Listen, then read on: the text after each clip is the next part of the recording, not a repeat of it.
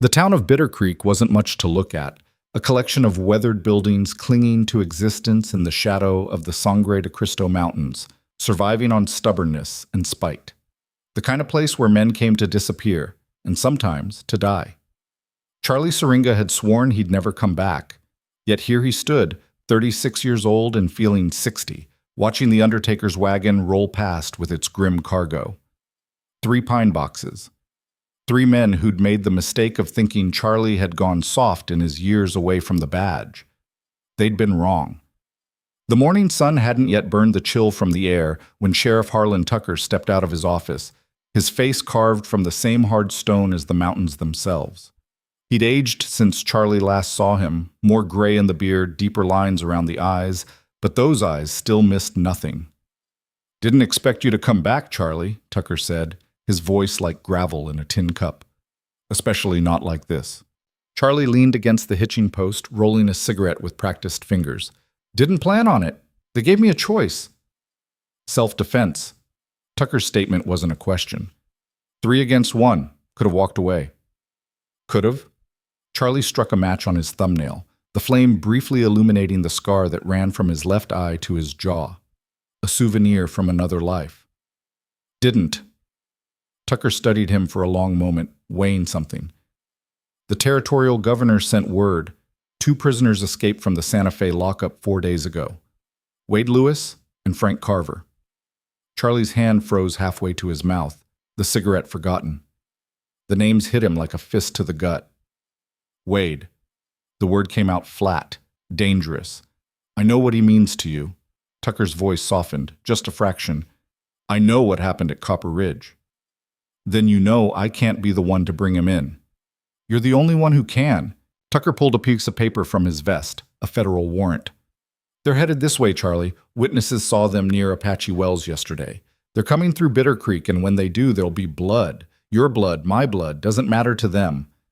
Charlie finally lit his cigarette, drawing the smoke deep into his lungs. 15 years. 15 years since Copper Ridge, since the fire, since everything he'd loved turned to ash and screaming. Wade Lewis had pulled the trigger that started it all, and Charlie had spent every day since trying to bury the rage that threatened to consume him. "You want me to pin on a badge again?" It wasn't a question. "I want you to help me stop a massacre. Wade's got a score to settle with this town. With you, with me. Hell, with anyone who remembers what him and his brother did before they got caught." "His brother's dead. I made sure of that." Tucker's expression didn't change. "Which is why Wade's coming. You think he forgot you put a bullet in Jesse's brain?"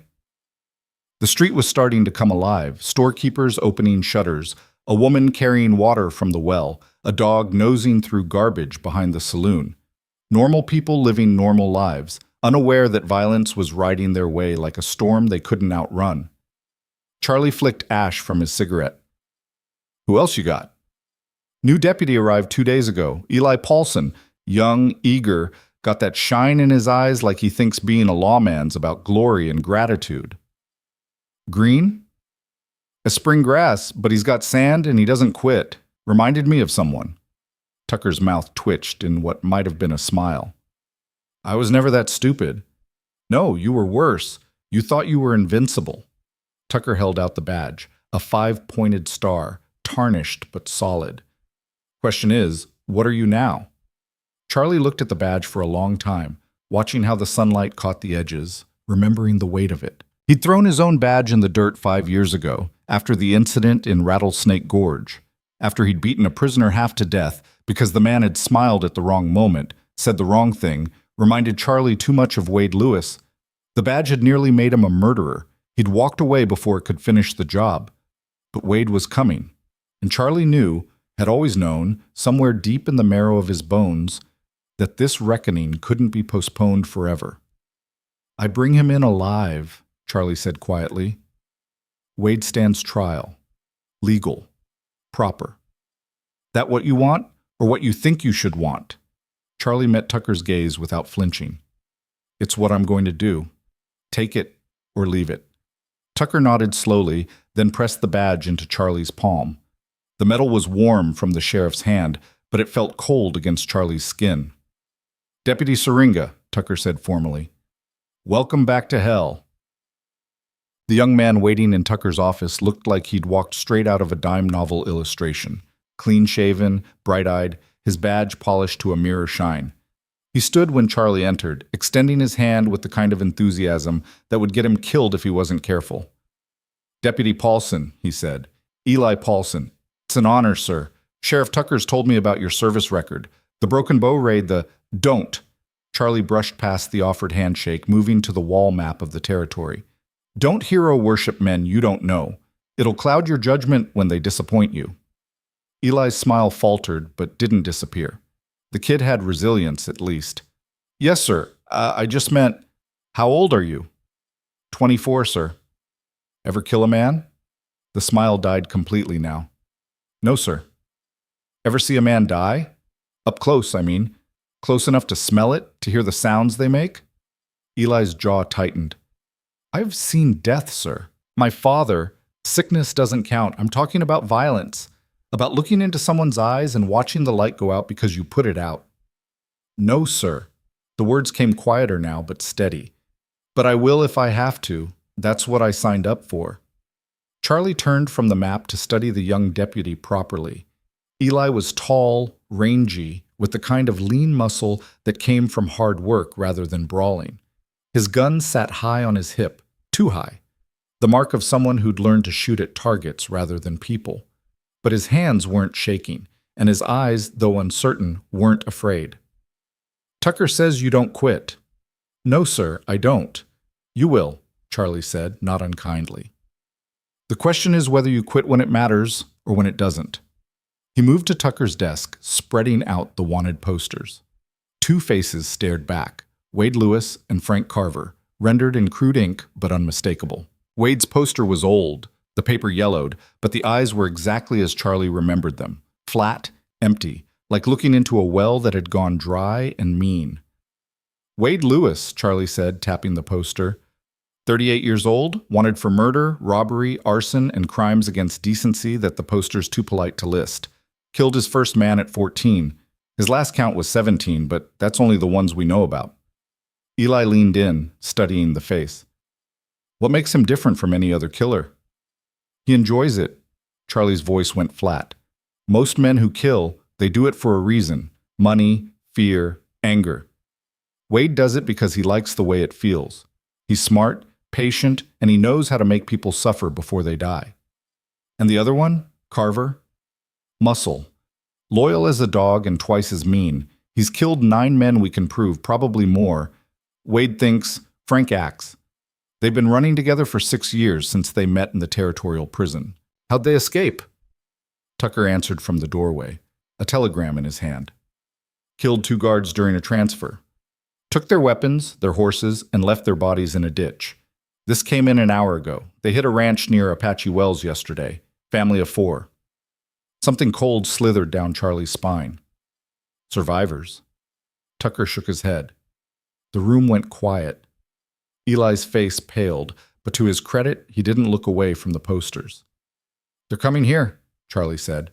It wasn't a question. "Trail leads this way. Could be coincidence." Tucker didn't sound like he believed it. "No coincidence. Wade knows I'm here. Probably knew before I did."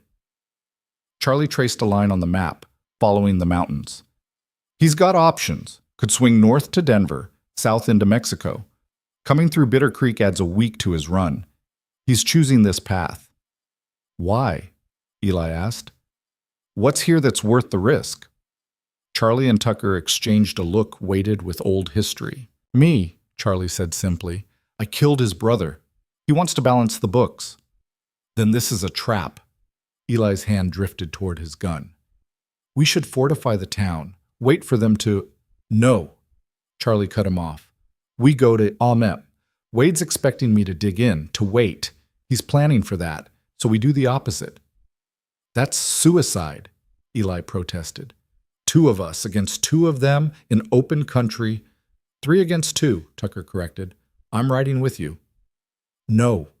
Charlie's voice carried the weight of command. "You stay here.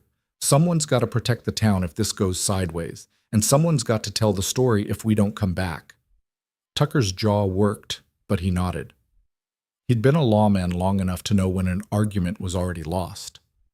"You leave at first light tomorrow," Tucker said. "I'll provision you for 2 weeks. Take the Appaloosa. He's steady under fire.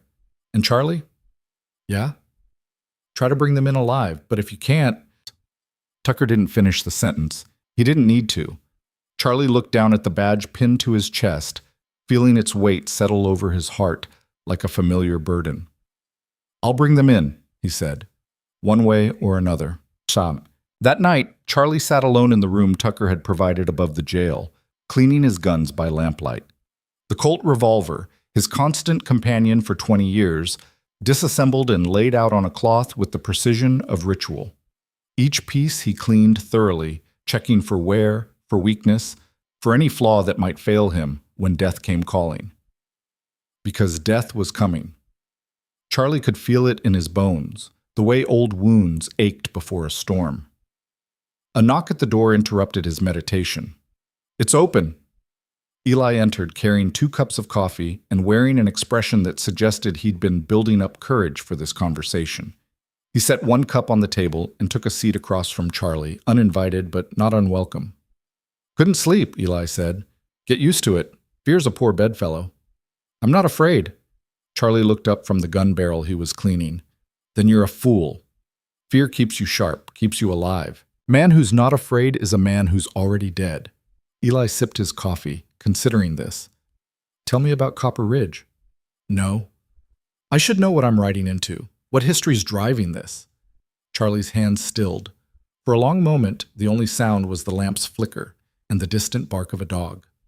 Then, slowly, he began to speak. 15 years ago, I was a deputy in a mining town called Copper Ridge. Small place, maybe 200 souls, tucked up in the mountains where the silver ran thick. I was married, had a son, 3 years old. His voice carried no emotion, just fact laid bare. Wade and Jesse Lewis rolled into town one autumn looking for work. Or so they said. Charlie's hands resumed their work, muscle memory allowing him to clean while his mind walked through the past. They were planning a robbery, the mining company's payroll, but someone talked. Word got back to the sheriff.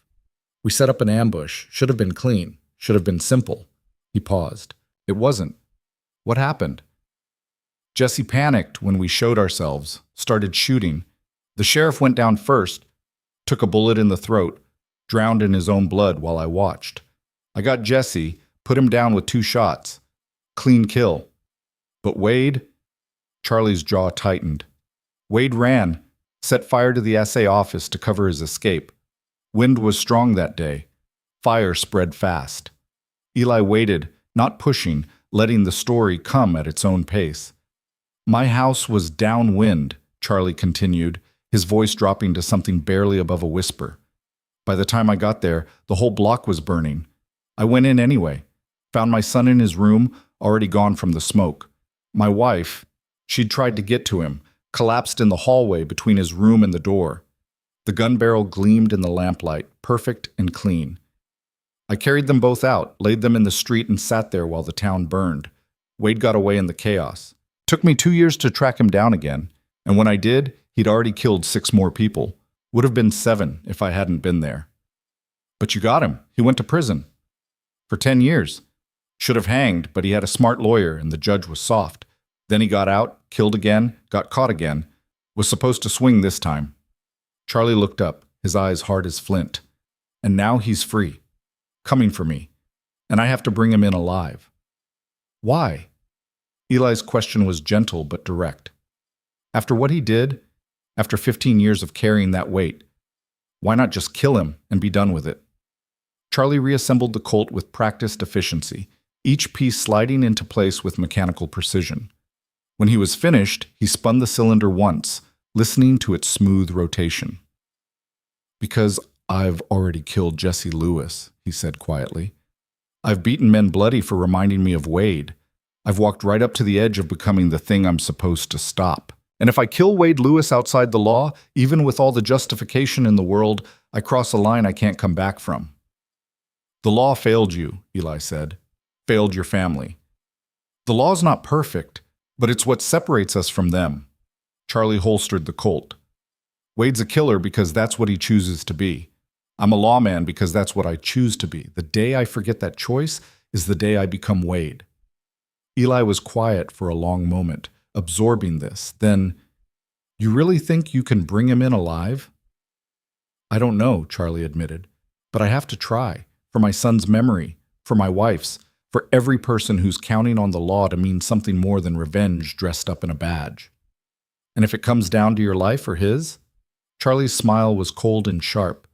Then I'll do what needs doing, but not before, not 1 second before. They sat in silence after that, drinking their coffee while the night deepened outside. Somewhere in the darkness, a coyote howled. Another answered, the sound of predators calling to each other across the empty spaces between.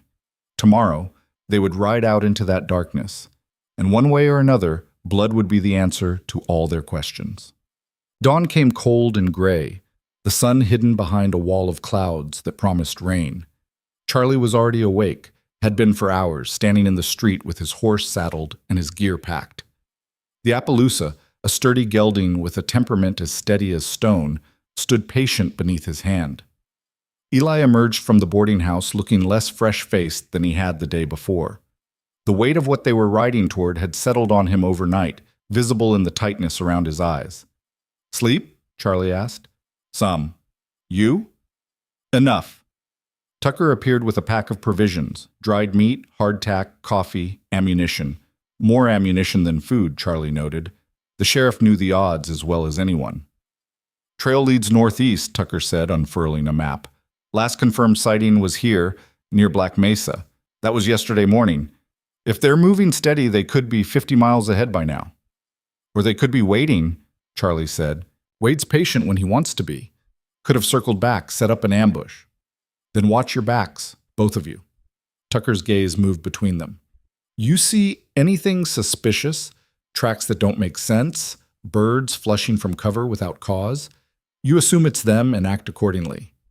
"Yes, sir," Eli said. Tucker handed Charlie a rifle, a Winchester repeater oiled and loaded. "Extra firepower just in case your pistol runs dry." Charlie checked the action, nodded his approval. "If we're not back in 2 weeks, I know what to do." Tucker gripped Charlie's shoulder briefly. "Ride careful, shoot straight, and Charlie, don't let Wade get in your head. That's what he wants. He's been in my head for 15 years. Little late to keep him out now." They mounted up as the town began to wake. A few early risers watched from doorways and windows, the blacksmith, the preacher, the widow Morrison with her 2 children. People who'd heard the stories, who knew what was coming. Charlie touched the brim of his hat to them, a gesture of acknowledgement and farewell. Then he turned his horse north and rode out of Bittercreek, Eli falling in beside him. The country opened up before them, vast, unforgiving, beautiful in its brutality. Rolling hills of scrub and stone cut through with arroyos and dry washes. Mountains in the distance like broken teeth against the sky. This was land that tested men, that sorted the strong from the weak and buried the weak in unmarked graves. They rode in silence for the first hour, both men scanning the terrain, reading the land the way sailors read the sea. Charlie watched for tracks, for signs of passage. Eli watched for threats, his hand never far from his gun. "How do you know where they're going?" Eli finally asked. "I don't. Not exactly." Charlie gestured toward a gap in the hills ahead. "But Wade knows this country. He and Jesse used to run these trails before Copper Ridge. There's water sources here, places to hide, routes that avoid the main roads. If I was running, this is how I'd run." "You think like him." "I've had to. 15 years of thinking like him, trying to guess his next move." Charlie's expression was grim. "That's the danger, Eli. You hunt a man long enough, you start to become him, learn his patterns, his habits, his logic. Eventually, you can't tell where he ends and you begin. But you're not him." "No, but I understand him, which is almost worse." They crested a rise and Charlie held up a hand, signaling a halt. Below, a small creek wound through a stand of cottonwoods, one of the few water sources in this part of the territory. "We rest the horses here," Charlie said. "Water them, check their shoes. Wade and Frank will need water too. If we're lucky, we'll pick up their trail." They descended to the creek and Charlie dismounted, immediately beginning a careful search of the ground. Years of tracking had taught him to read earth the way others read books. Every disturbed stone, every bent blade of grass told a story to those who knew the language. And there, pressed into the soft mud at the creek's edge, he found it. "Eli, here." The young deputy hurried over, looking down at what Charlie indicated. "Boot prints," Eli said. "2 sets, fresh. Less than a day old." Charlie knelt, examining the tracks closely. "See how the water's still seeping in? These were made early this morning, maybe 6 hours ago." "They're ahead of us then. And they know we're coming." Charlie pointed to a second set of tracks, these leading away from the water toward a rocky outcrop. "See how they separate here? One man watered the horses while the other took position up there." He indicated the outcrop. "High ground, good sight lines, perfect ambush point." Eli's hand went to his gun. "Why didn't they hit us?" "Because we're not close enough yet. Wade wants me to know he's ahead, wants me to know he's in control." Charlie stood, brushing dirt from his hands. "It's a game to him. Always has been." They watered their horses quickly, both men keeping watch. The cottonwoods rustled in a wind that carried the scent of rain, and somewhere in the distance, thunder rumbled. "Storm coming," Eli observed. "Good. Rain'll slow them down same as us. Level the field a bit." Charlie swung back into the saddle. "We follow these tracks. Stay alert. Wade's playing with us now, but that can change in a heartbeat." They rode on, following the trail that wound through increasingly rough country. The tracks led them through a narrow canyon, across a stretch of open plain where they felt exposed and vulnerable, then into the foothills of the Sangre de Cristos. The name meant blood of Christ in Spanish, given to the mountains for the way they glowed red at sunset. Charlie had always found the name grimly appropriate. These mountains had drunk plenty of blood over the years, and they'd drink more before this was done. By late afternoon, the storm hit. Rain came in sheets, turning the trail to mud and reducing visibility to a few yards. Charlie called a halt, and they took shelter under an overhang of rock, huddling with the horses as lightning split the sky. "Can't track in this," Eli shouted over the thunder. "No, but neither can they." Charlie wiped rain from his face. "We waited out, used the time to rest." But rest didn't come. Charlie sat with his back to the rock, his hand on his gun, watching the rain turn the world to gray. Somewhere out there, Wade Lewis was doing the same thing, waiting, planning, thinking about Copper Ridge and Jesse's blood in the dirt and 15 years of unfinished business. "He's thinking about you too," Eli said quietly, as if reading Charlie's mind. "Right now, wherever he is, he's thinking about killing you." "I know. Doesn't that scare you?" Charlie considered the question, really considered it. "It did once. When I first started hunting him, I'd wake up at night certain he was standing over me with a knife. I'd see him in every shadow, every stranger's face." He paused. "But fear's like anything else. Live with it long enough, it becomes part of you. Stops being special." "That's not healthy."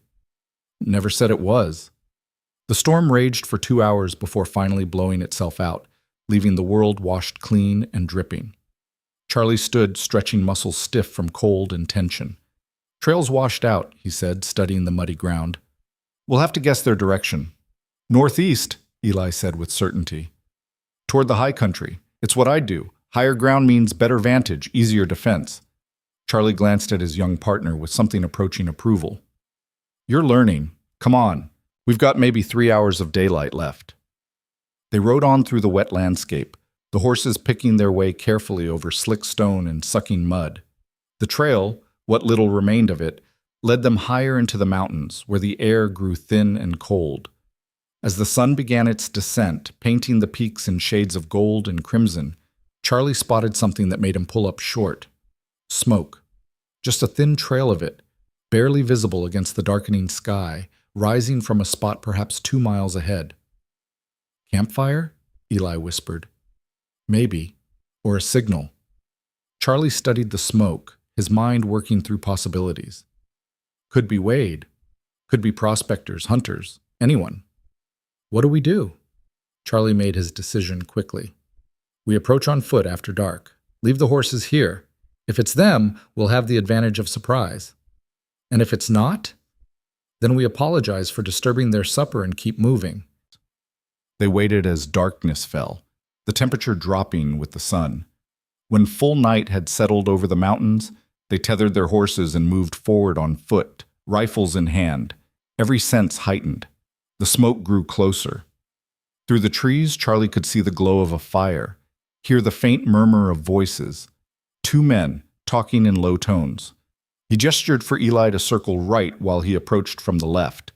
The young deputy moved with surprising stealth, and Charlie felt a flicker of hope. Maybe the kid would survive this after all. Charlie crept closer, using every scrap of cover, until he was near enough to see the camp clearly. Two men sat by the fire. One was massive, thick-shouldered, with hands like ham hocks, and a face that looked like it had been beaten ugly and then beaten some more. Frank Carver, no question. The other man was smaller, wiry, with pale eyes that reflected the firelight like a cat's. He sat utterly still, a cup of coffee held loosely in one hand, staring directly at the spot where Charlie was hidden. "You can come out, Charlie," Wade Lewis called, his voice carrying easily across the distance. "I know you're there, known for the last half-mile." Charlie's blood ran cold. It was a trap, had been from the start. "And tell your puppy to stop sneaking around," Wade continued. "Frank's got a bead on him. Much rather talk than shoot, but we'll do either one." Charlie stood slowly, stepping into the firelight with his rifle held ready. Across the clearing, Eli emerged as well, his face pale but his gun steady. Wade smiled. It was the smile Charlie remembered from nightmares, friendly, almost warm, completely empty of humanity. "There we are," Wade said pleasantly. "Ain't this civilized? Have a seat, gentlemen. Coffee's hot, and we've got a lot to discuss." "We're taking you in," Charlie said, his voice flat. "Both of you. You can come peaceful or you can come bleeding. Your choice." "Oh, Charlie," Wade tisked like a disappointed teacher. "Always so serious, so righteous. That's what I always admired about you, that absolute certainty that you're on the right side." "I am." "Are you?" Wade set down his coffee cup with exaggerated care. "See, way I figure it, you killed my brother, shot him down in the street like a dog. That makes you a murderer, same as me. Jesse was robbing the payroll. He shot first." "Details, details." Wade waved a hand dismissively. "Point is, he's dead and you're the one who killed him. Now, law says that was justified. But what's law except the opinion of whoever's got the most guns?" "It's what keeps us from being animals," Eli said, speaking for the first time. Wade's attention shifted to the young deputy, and his smile widened. "Well, well, the puppy has teeth. What's your name, boy?" "Deputy Eli Paulson." "Deputy." Wade tasted the word. "How's that working out for you so far? Feeling heroic? Noble? Feeling like I'm doing my job? Your job is to die for Charlie's grudge. Hope they're paying you well." "Enough talk," Charlie interrupted. "On your feet, both of you. Hands where I can see them." Wade laughed, a genuine sound of amusement. "Or what, Charlie? You'll shoot me? We both know you won't. Not yet. Not until you've had your say, your moment of righteousness where you explain to me exactly why I'm a bad man and you're a good one. I don't need to explain anything to you. No? Then shoot."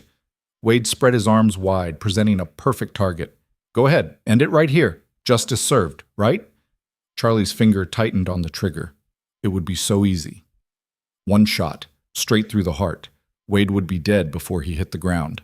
15 years of hunting, of rage, of sleepless nights and haunted days, all ended with the simple squeeze of a trigger. But the badge on his chest felt like it weighed 1,000 pounds. "That's what I thought," Wade said softly, lowering his arms. "You can't do it. Not like this. Not in cold blood. Because then you'd be me, wouldn't you? And Charlie Syringa can't live with being me." "Last chance," Charlie said. "Stand up and put your hands out." Wade glanced at Frank Carver. The big man hadn't moved, hadn't spoken, but his hand rested on the revolver at his hip. "Here's what's going to happen," Wade said, his tone conversational. "We're going to finish our coffee.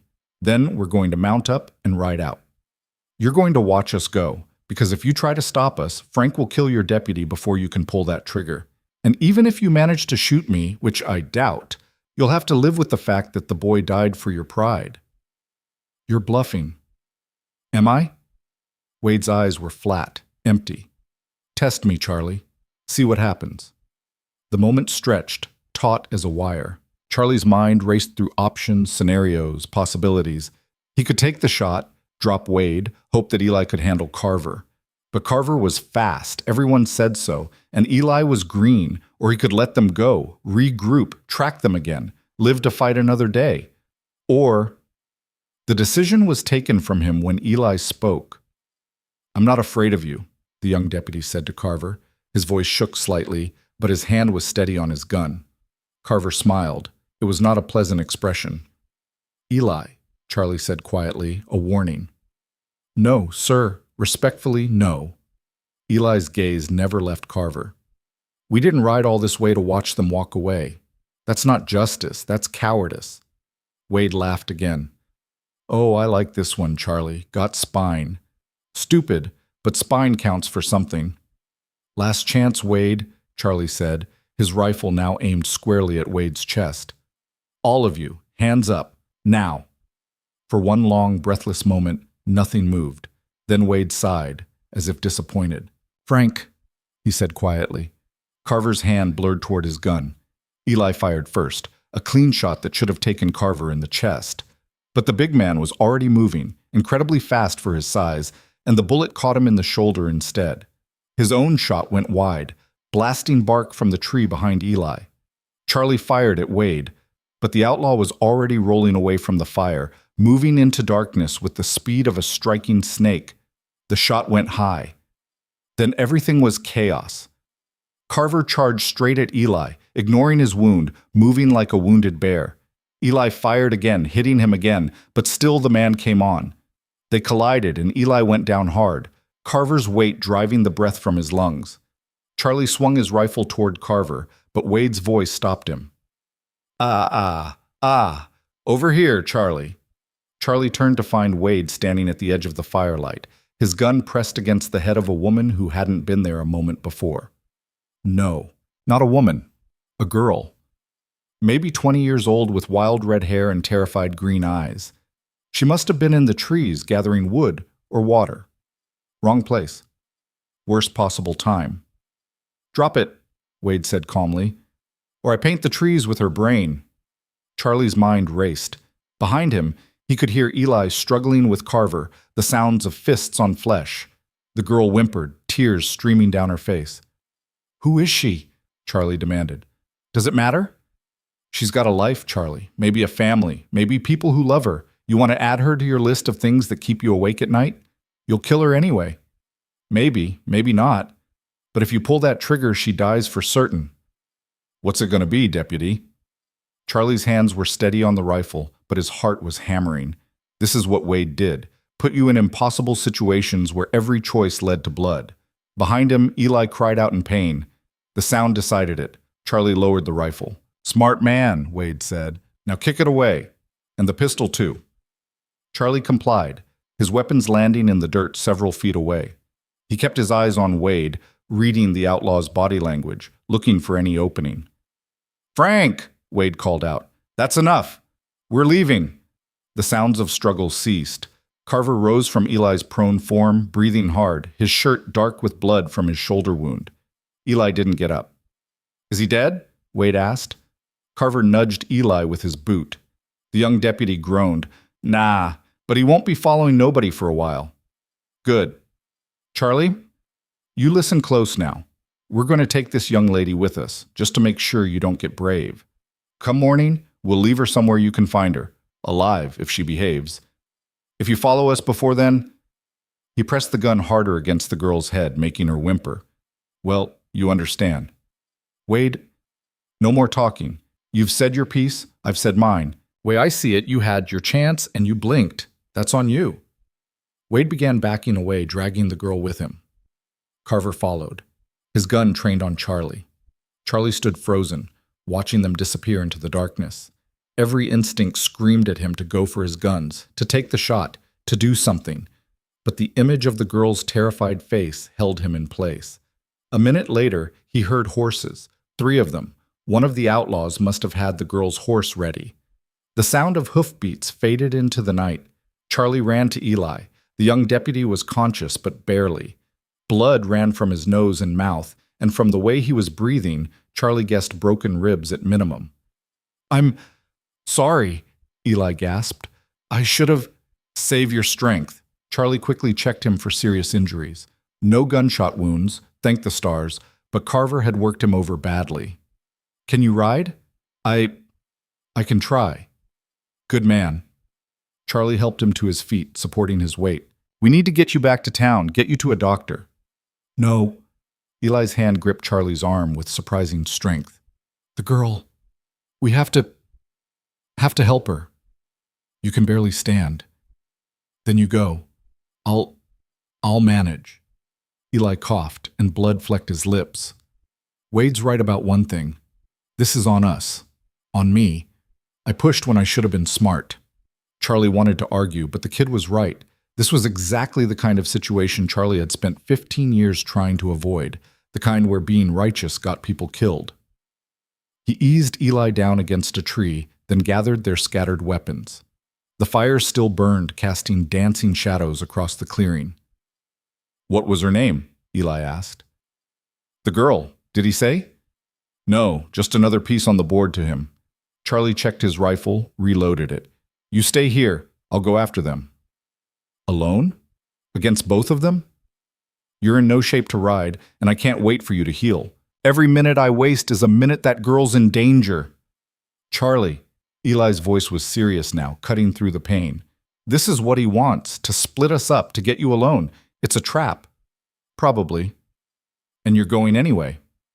Yes? Eli nodded slowly, understanding. Because it's what a lawman does. Because it's what a man does. Charlie checked his pistol next, spinning the cylinder. 6 shots. Would it be enough?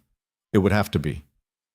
If I don't come back, Charlie said, you get yourself to Bittercreek. Tell Tucker what happened. Tell him. He paused. Tell him I tried to do it right. You'll come back, Eli said with the certainty of youth. And you'll bring that girl home safe. Charlie wanted to believe that. Wanted to believe that justice and courage and doing the right thing actually mattered in a world as cruel as this one. But he'd learned long ago that belief wasn't enough. Keep the fire going, he said. Conserve your strength. I'll be back before dawn. He turned and walked into the darkness, following the trail of hoofbeats, following the path that Wade Lewis had laid out for him like breadcrumbs leading to a trap. Behind him, Eli called out one last time. Charlie? Don't let him make you into something you're not. Charlie didn't answer.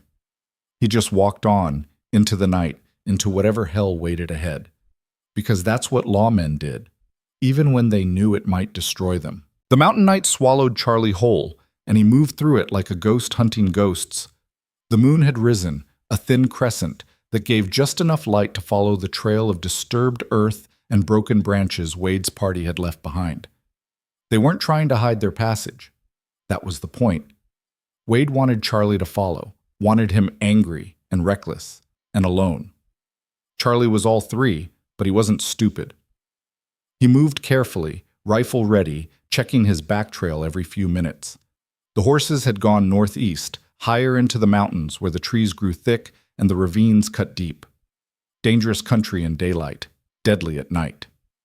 After an hour of careful tracking, Charlie found the first marker, a scrap of red fabric tied to a branch at eye level. The girl's dress, he realized. Wade was leaving him a trail, making sure he didn't lose them in the dark. The bastard was playing with him. Charlie stood there for a long moment, studying the fabric as it moved in the night wind. Every instinct told him to rush forward, to close the distance before Wade could hurt the girl. But that's what Wade wanted, Charlie charging in blind, driven by guilt and rage. Instead, Charlie forced himself to breathe, to think. Wade had the girl, had the high ground, had every advantage. But he also had something to protect now, something that slowed him down. 3 horses instead of 2. A hostage who might scream, might fight, might try to escape. And Wade had Frank Carver, wounded and bleeding and probably angry about it. Charlie moved on, following the marked trail deeper into the mountains. The temperature kept dropping, and his breath came out in visible puffs. His fingers were starting to go numb despite his gloves. The horses would be feeling it too, getting tired, needing rest. Wade would have to stop eventually, and when he did, Charlie would be waiting. The trail led through a narrow defile between 2 massive rock formations, then opened onto a shelf of land that looked out over the valley below. Charlie could see Bittercreek from here, its few lights twinkling in the darkness like fallen stars. So far away. Might as well be on the moon. Another scrap of fabric, this one tied to a twisted pine. Charlie was studying it when he heard the sound, faint but distinct. A woman's voice, raised in anger or fear, quickly muffled. Close, maybe half a mile ahead. He abandoned the marked trail and moved off to the side, circling through the trees. If Wade was expecting him to follow the breadcrumbs straight into an ambush, Charlie would disappoint him. The ground rose sharply, forcing Charlie to climb using his hands as much as his feet. His rifle kept catching on branches, and twice he nearly lost his footing on loose scree. But he kept going, driven by the knowledge that somewhere ahead, a terrified girl was paying the price for his failures. After 20 minutes of hard climbing, Charlie heard voices. He froze, listening. Two men talking, too far away to make out words but close enough to locate. He crept forward, using every scrap of cover until he could see the flicker of firelight through the trees. They'd made camp in a small depression ringed by boulders. Decent defensive position, but not perfect. Charlie bellied down behind a fallen log and watched. Wade sat near the fire, relaxed and easy, like he was on a Sunday picnic. Frank Carver was off to the side, his wounded shoulder wrapped in makeshift bandages, cleaning his guns with methodical precision despite the injury. And between them, hands bound and tied to a tree, sat the girl. She was younger than Charlie had first thought, maybe 18, 19 at most. Her red hair hung in tangles around a face that was equal parts terrified and defiant. She wasn't crying anymore, which was good. Meant she hadn't broken yet. "Telling you, we should have killed the deputy," Carver was saying, his voice a low rumble. "Left both of them dead back there. Cleaner." "Cleaner's not always better, Frank." Wade poured himself coffee from a battered pot. "Charlie needs to suffer a bit first. Needs to understand what he cost me when he killed Jesse. Your brother's been dead 15 years, and I've been patient for 15 years. Few more hours won't hurt." Wade glanced at the girl. "You want some coffee, darling? Warm you up a bit?" The girl spat at him. The glob of saliva fell short, landing in the dirt between them. Wade laughed. "Spirit! I like that. Reminds me of a girl I knew in Abilene. She had spirit too, right up until—" "Shut up," the girl said. Her voice was rough, like she'd been screaming. "Just shut your filthy mouth." "Now that's no way to talk to your hosts. We're keeping you alive, aren't we? Could have done a lot worse. You're gonna kill me anyway. Maybe, maybe not. Depends on how much Charlie values your life." Wade sipped his coffee. "See, I'm curious. How far will a righteous man compromise his principles to save a stranger? That's the experiment we're running here." Carver finished cleaning his revolver and spun the cylinder. "What's your name, girl?" The girl's jaw tightened. She didn't answer. "Come on now," Carver pressed. "We're going to find out eventually. Might as well make it easy." "Caitlin," she said finally. "Caitlin McRae." Wade's head came up sharply. "McRae? As in Duncan McRae?" The girl's face went pale, and Charlie saw her realize she'd made a mistake. "Well, well," Wade said softly. "This just got more interesting. Frank, you know who Duncan McRae is?" "Rancher. Big spread down in the valley. Rich. Rich and connected. Territorial legislature, friends in high places." Wade studied Caitlin with new interest. His daughter, wandering around in the mountains alone. "What's the story there, darling?" Caitlin didn't answer, but Charlie could fill in the blanks. Rich girl, probably running from something or to something. Wrong place, absolutely the worst possible time. "Your daddy's going to pay a fortune to get you back," Wade continued. "More than we'd get from any bank. Frank, we just won the lottery." "Wade," Carver said, a warning in his voice. "We're already wanted for murder. Add kidnapping a rich man's daughter. Every lawman in 3 territories will be hunting us." "They're already hunting us. Might as well make it worth their while." Wade stood, moving closer to Caitlin. "Question is, do we ask for the money before or after Charlie arrives?" Charlie had heard enough. He shifted position, bringing his rifle to bear on Wade. Clean shot, maybe 30 yards. He could drop Wade right now, then deal with Carver while the big man was still processing what happened. But Carver's gun was in his hand, and he was sitting close to Caitlin. Too close. If shooting started, she'd be caught in the crossfire. Charlie needed a better angle. He began working his way around the camp, moving with glacial slowness. Every step had to be placed with perfect care. One snapped twig, one displaced stone, and they'd know he was there. It took him 20 minutes to get into position on the far side of the depression, where he had a clear line on both men without Caitlin in the way. His hands were shaking from cold and adrenaline, but the rifle was steady when he brought it to his shoulder. "Wade Lewis!" Charlie called out, his voice cutting through the night. "Step away from the girl!" Both outlaws moved fast. Carver rolled behind a boulder, his gun coming up. Wade grabbed Caitlin, hauling her to her feet and using her as a shield, his pistol pressed to her head. "Charlie!" Wade sounded delighted. "Right on schedule. I was starting to think you'd gotten lost." "Let her go, Wade. This is between you and me." "Everything's between you and me, Charlie. Has been since Copper Ridge." Wade peered into the darkness, trying to locate Charlie's position. "Where's your puppy? He finally died from that beating Frank gave him?" "He's alive, and help's coming. Sheriff Tucker and a dozen deputies will be here by morning." Wade laughed. "You're a terrible liar. Tucker's back in Bittercreek, and the only deputy fool enough to chase us into these mountains is currently too busted up to stand. It's just you, Charlie. Alone. The way I wanted it." Charlie shifted position, moving along the ridge. Keep Wade talking, keep him distracted. "You wanted to die in these mountains? I wanted you to understand what it feels like. To lose everything. To watch someone you care about suffer and know it's your fault." Wade jerked Caitlin's head back, making her cry out. "How's it feel, Charlie, knowing this girl's gonna die because you couldn't let the past stay buried? She's got nothing to do with us. Neither did Jesse. He was just a kid when you shot him, 22 years old, whole life ahead of him. He was robbing and killing. He made his choices. And you made yours when you pulled that trigger." Wade's voice rose, the careful control slipping. "You took my brother from me. Now I'm going to take everything from you. Starting with her, then that deputy, then everyone in Bittercreek who ever showed you kindness. I'm going to burn it all down, Charlie. Just like you burned Copper Ridge." "I didn't burn Copper Ridge. You did." "Details." Wade's voice went cold again. "Last chance, Charlie.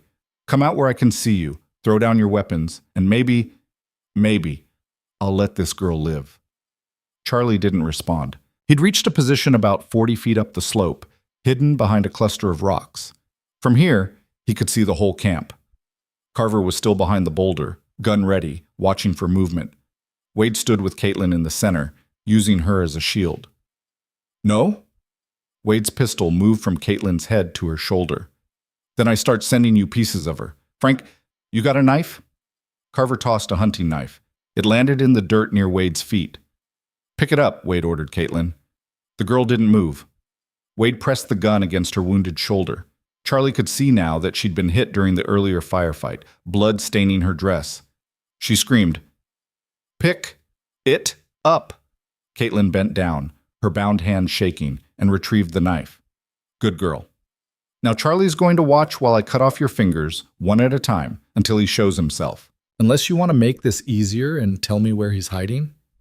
Caitlin's eyes swept the darkness, but she didn't speak. "Loyal. I respect that." Wade took the knife from her. "Shame it won't save you." Charlie made his decision. He stepped out from behind the rocks, rifle pointed at Wade's head. "Here I am." Wade spun toward him, keeping Caitlin between them. "There's the righteous lawman. Come down here, slowly, and lose the rifle." Charlie descended the slope carefully, his mind racing through options. Every scenario ended in blood. The question was whose? "The rifle, Charlie. You first. Let the girl go, then we'll talk about weapons. We both know that's not how this works." Wade's eyes glittered in the firelight. "You're not in control here. I am. Now drop it, or I start cutting." Charlie let the rifle fall. It clattered against stone, loud in the mountain silence. "The pistol, too." Charlie unbuckled his gun belt, let it drop. "There we go. That's better." Wade finally stepped away from Caitlin, giving her a shove that sent her sprawling. "Frank, tie him up. And if he so much as twitches wrong, shoot the girl." Carver emerged from cover, moving behind Charlie with surprising speed for an injured man.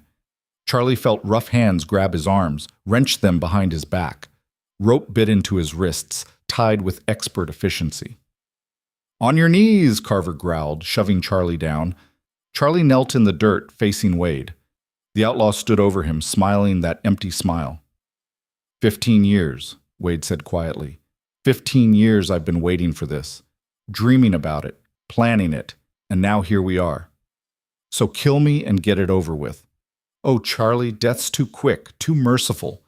Wade picked up Charlie's pistol, examining it.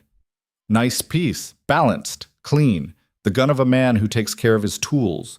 He aimed it at Caitlin. Tell me, how long does it take to bleed out from a gut shot? Hour? 2? Wade. Or maybe the leg, femoral artery. That's faster, but still slow enough to think about it, to know you're dying. Wade's finger tightened on the trigger. What do you think, Charlie? Gut or leg? Charlie strained against the ropes, but Carver had tied them well. This is between us. She's innocent. No one's innocent. Lesson I learned a long time ago. Wade moved the gun back to Charlie. But you're right. Wrong order. You should watch her die first. That's more poetic. Wade, wait. The gunshot was impossibly loud in the confined space of the depression, but it hadn't come from Wade's gun. Carver staggered, a red flower blooming on his chest. He looked down at it in confusion, then toppled backward like a felled tree. Wade spun toward the source of the shot, his gun tracking, but whoever had fired was already gone. The echoes bounced off the rocks, making it impossible to locate the shooter. Frank! Wade moved to his fallen companion, keeping his gun up, sweeping the darkness. Frank, you still with me? Carver coughed blood. Shot came from the ridge. Another shot, this one kicking up dirt inches from Wade's boot. He dove for cover behind the same boulder Carver had used earlier, returning fire blindly into the night. Charlie rolled toward Caitlin, using the confusion. Can you run? The girl nodded, her eyes wide with shock.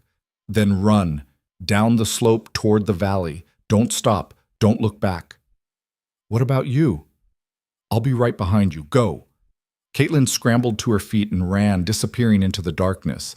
Wade saw her go and fired after her, but the shots went wide. Damn it! He turned back to Charlie. Who's up there? Who's shooting? Charlie didn't know, but he wasn't about to waste the opportunity. He twisted his bound hands, working at the knots. Carver had tied them tight, but adrenaline lent strength to desperation. A third shot hit the boulder Wade was hiding behind, sending rock chips flying. Show yourself! Wade screamed into the darkness. Come on! Face me like a man! The response was another bullet, this one close enough that Charlie felt its passage through the air near his head. The shooter wasn't aiming at Wade anymore. They were aiming at him.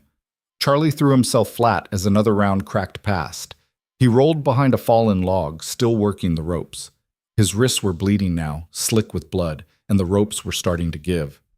Charlie! Wade's voice, closer now. I don't know who your friend is, but they're not very good at this. Another shot.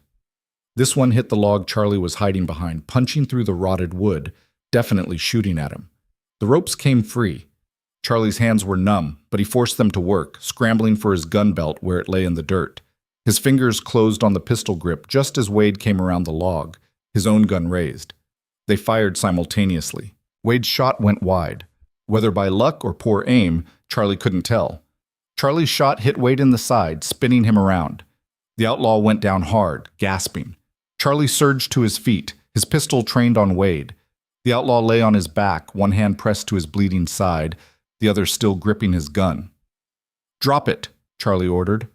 Wade laughed, the sound wet and pained. Or what? You'll shoot me again? Do it, Charlie.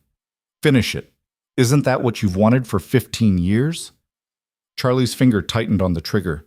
It would be so easy. Wade was wounded, helpless. One more shot and the nightmare would be over. But the badge on his chest was still there, still heavy. Drop the gun, Charlie repeated. Make me. Another shot from the ridge, this one hitting the ground between them. Charlie dove for cover again, and Wade scrambled the other direction, disappearing into the rocks. Whoever was up there was shooting at both of them. Charlie made his decision fast. He couldn't deal with Wade and an unknown shooter at the same time. He needed to find Caitlin, get her to safety, then come back for Wade when he had backup.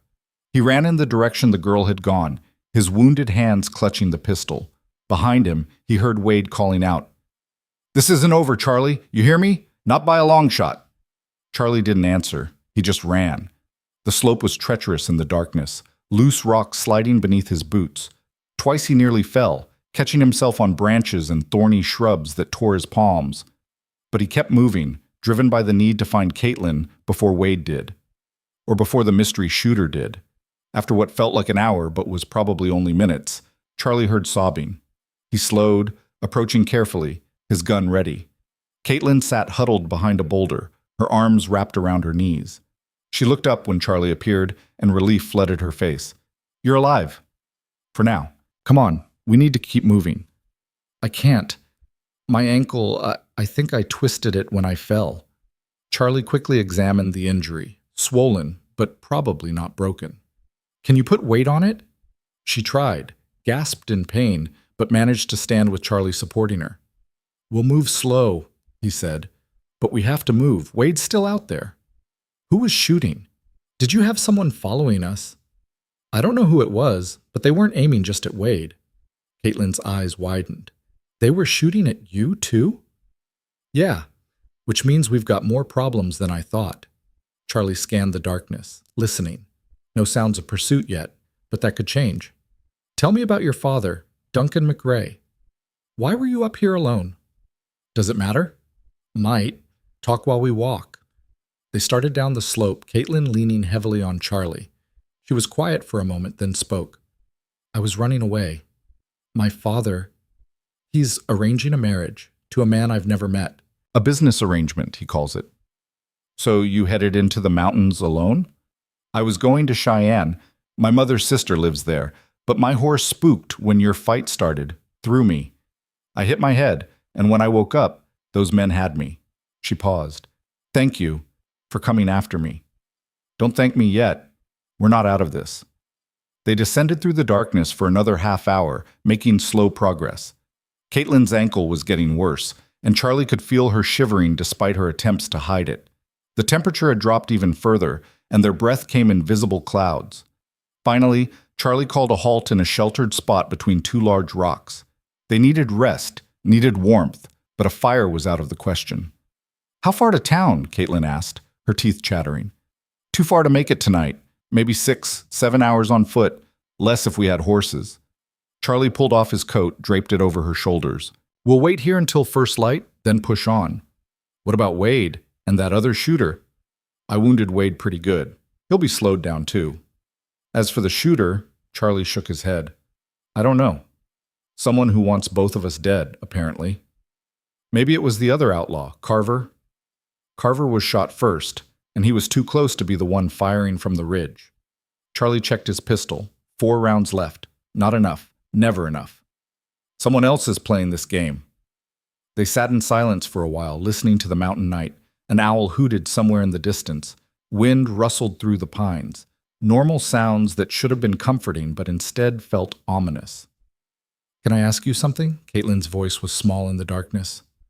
"Go ahead." "Why'd you let them take me? Back at that first camp, you could have shot that man. Wade, I saw it in your eyes. But you didn't." Charlie was quiet for a long time before answering. "Because he had a gun to your head, and I didn't know if I could make the shot before he pulled the trigger." "But you're a lawman. Isn't that what you're supposed to do? Take the shot, save the hostage?" "Sometimes.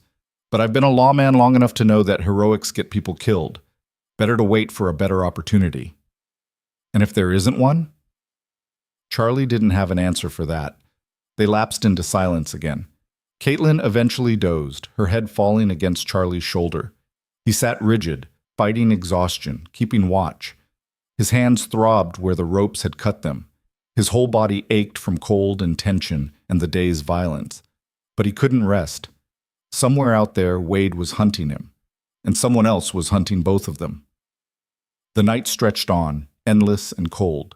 Charlie's mind drifted despite his efforts to stay alert.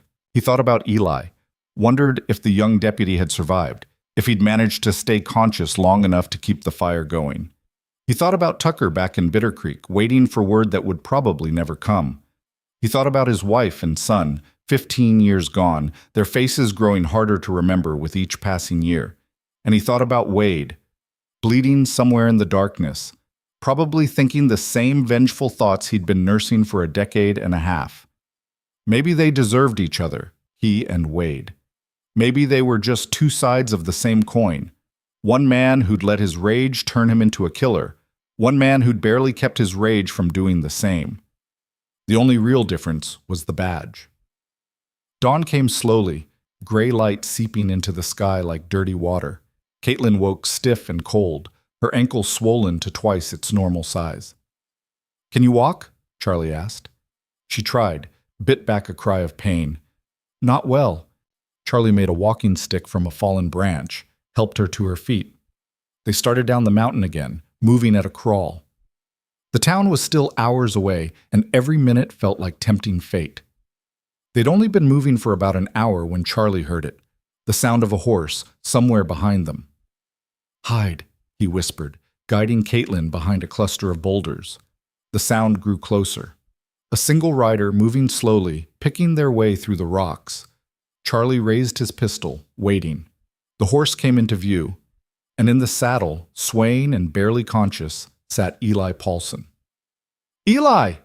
Charlie rushed forward as the young deputy nearly fell from the saddle. He caught him, eased him down. "Charlie," Eli mumbled, his eyes unfocused.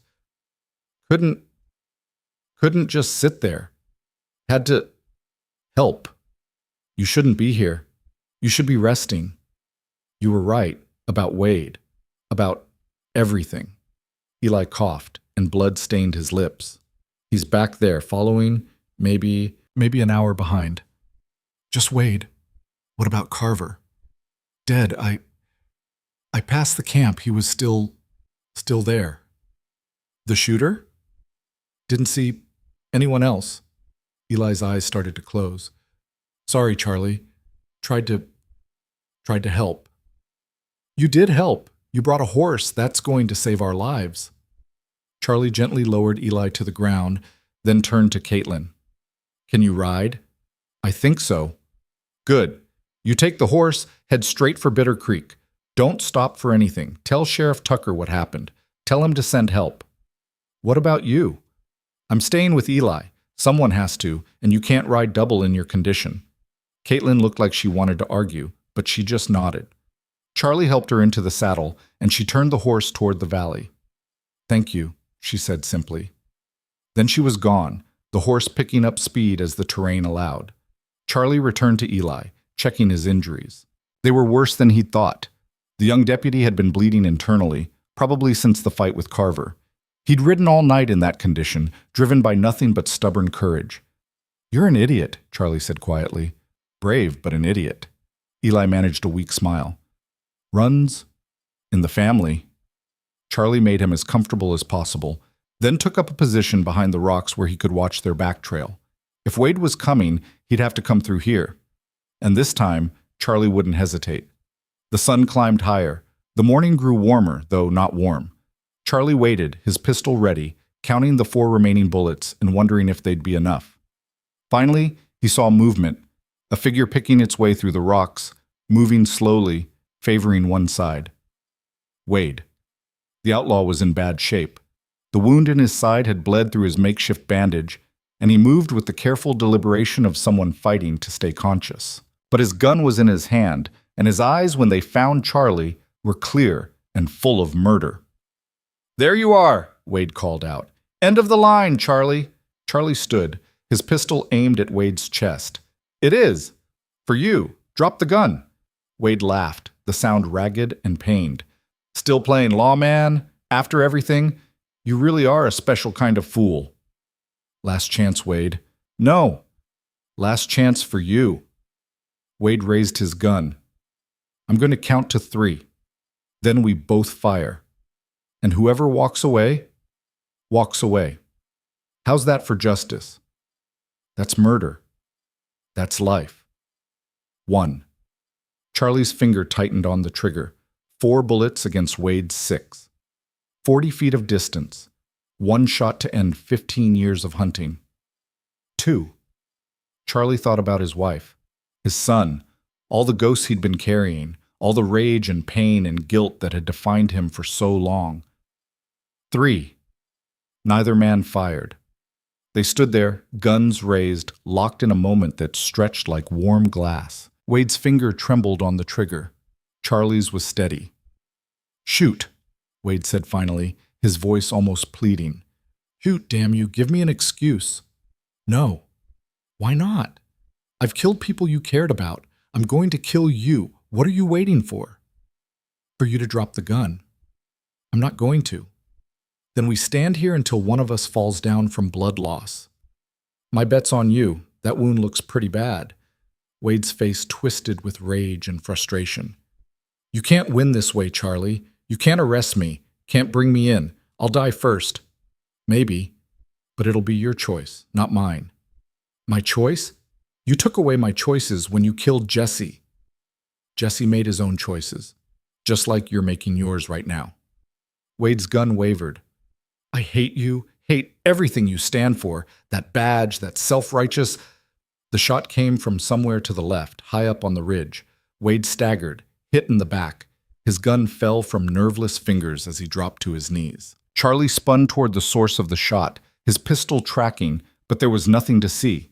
Just rocks and trees and morning shadow. Then a voice called out, female and cold. "Step away from him, lawman. This doesn't concern you anymore." A woman emerged from the rocks, a rifle in her hands. She was maybe 40, hard-faced and weathered, with eyes that held the flat certainty of someone who'd killed before and would again. "Who are you?" Charlie demanded. "Name's Sarah Kendrick, and that piece of garbage bleeding in the dirt is the man who murdered my husband and my 2 boys." Wade looked up at her, recognition dawning through his pain. "Wichita? 3 years ago?" "That's right. The stagecoach robbery." Sarah's rifle never wavered. "You shot my husband when he tried to protect the strong box. Then you shot my sons when they tried to help their father. Tommy was 15. Michael was 12. I don't remember." "No, you wouldn't. Just another job to you. Just 3 more bodies." Sarah's voice was ice. "But I remember. Every day for 3 years, I've remembered, and I've been tracking you, waiting for my chance." Charlie kept his gun trained on her. "You can't do this." "I can and I will. He deserves to die." "He does, but not like this. Not as murder. He stands trial." "Trial?" Sarah laughed bitterly.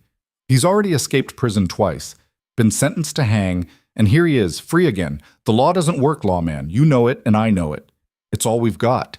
It's not enough." Sarah took aim at Wade's head. "Step aside." "No." "I don't want to shoot you, but I will if you make me." Charlie faced her squarely, his badge catching the morning light. "Then shoot, because I'm not moving." For a long moment, no one moved. Wade bled into the dirt, barely conscious. Eli was too hurt to help, and Charlie stood between an avenging mother and the man who'd destroyed her family, just like he'd stood between justice and vengeance his whole life. "Please," Sarah said, and for the first time her voice cracked, "please don't make me go through you. He killed my babies. He killed everything I loved. This is all I have left." "I know," Charlie said gently. "I know exactly how you feel. Wade killed my family too, 15 years ago, and every day since I've wanted to do exactly what you're trying to do." "Then let me give us both peace." "It won't bring peace, just more blood, more ghosts." Charlie lowered his pistol slightly, a gesture of trust. "Let the law handle this.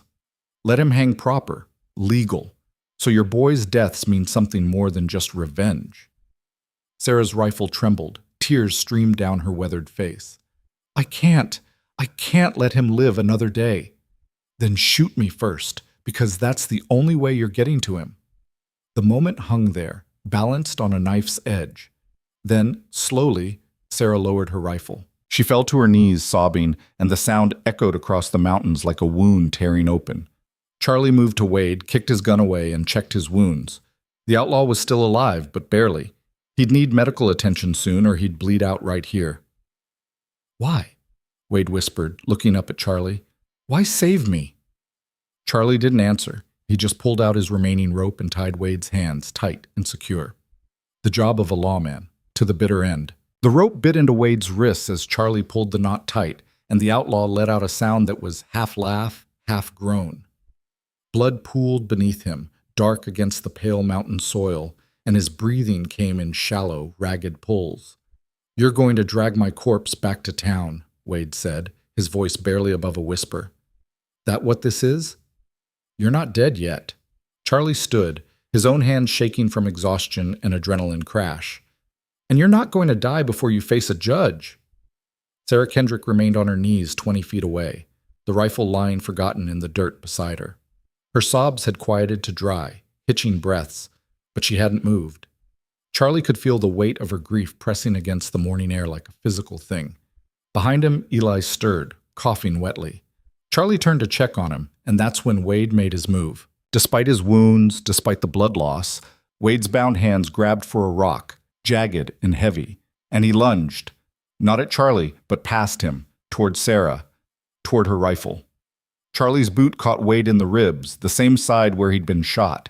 The outlaw went down hard, screaming, the rock tumbling from his grasp. Charlie pressed his boot against Wade's wounded side, applying just enough pressure to keep him pinned.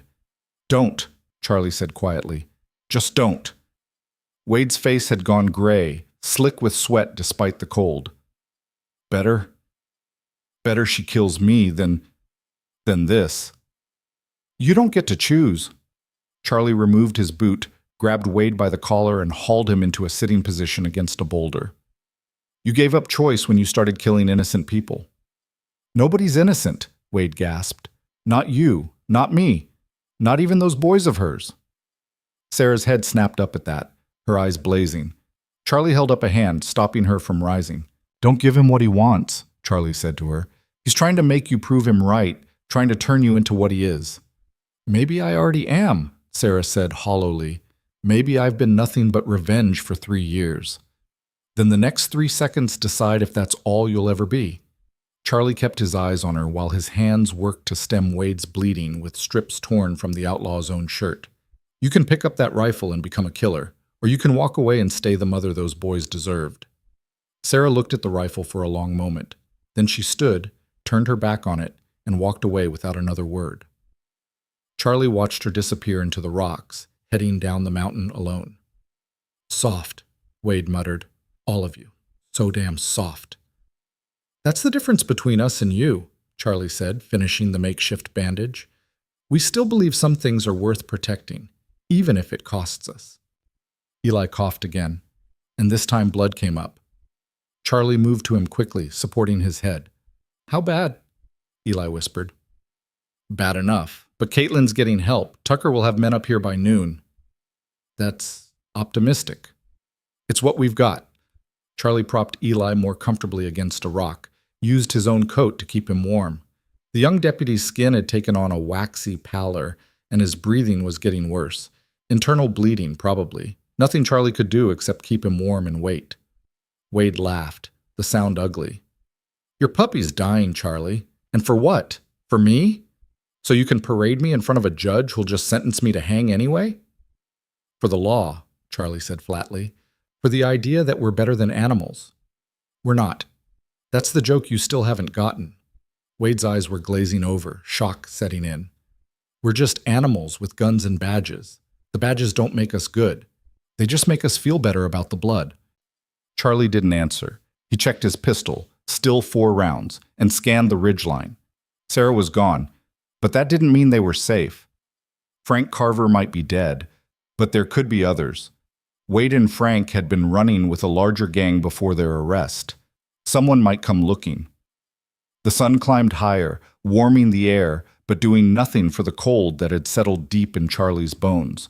He divided his attention between Eli's labored breathing and Wade's increasingly shallow one, keeping both men alive through sheer, stubborn will. An hour passed, then 2. The morning wore on with agonizing slowness. Finally, Eli spoke, his voice so quiet Charlie almost missed it. "Tell me about your son." Charlie stiffened. "Why?" "Because I'm going to die, and I'd like to know what I was dying for." who you were doing this for. You're not dying. Charlie. Eli's eyes were clear despite the pain. Don't lie to me, not now.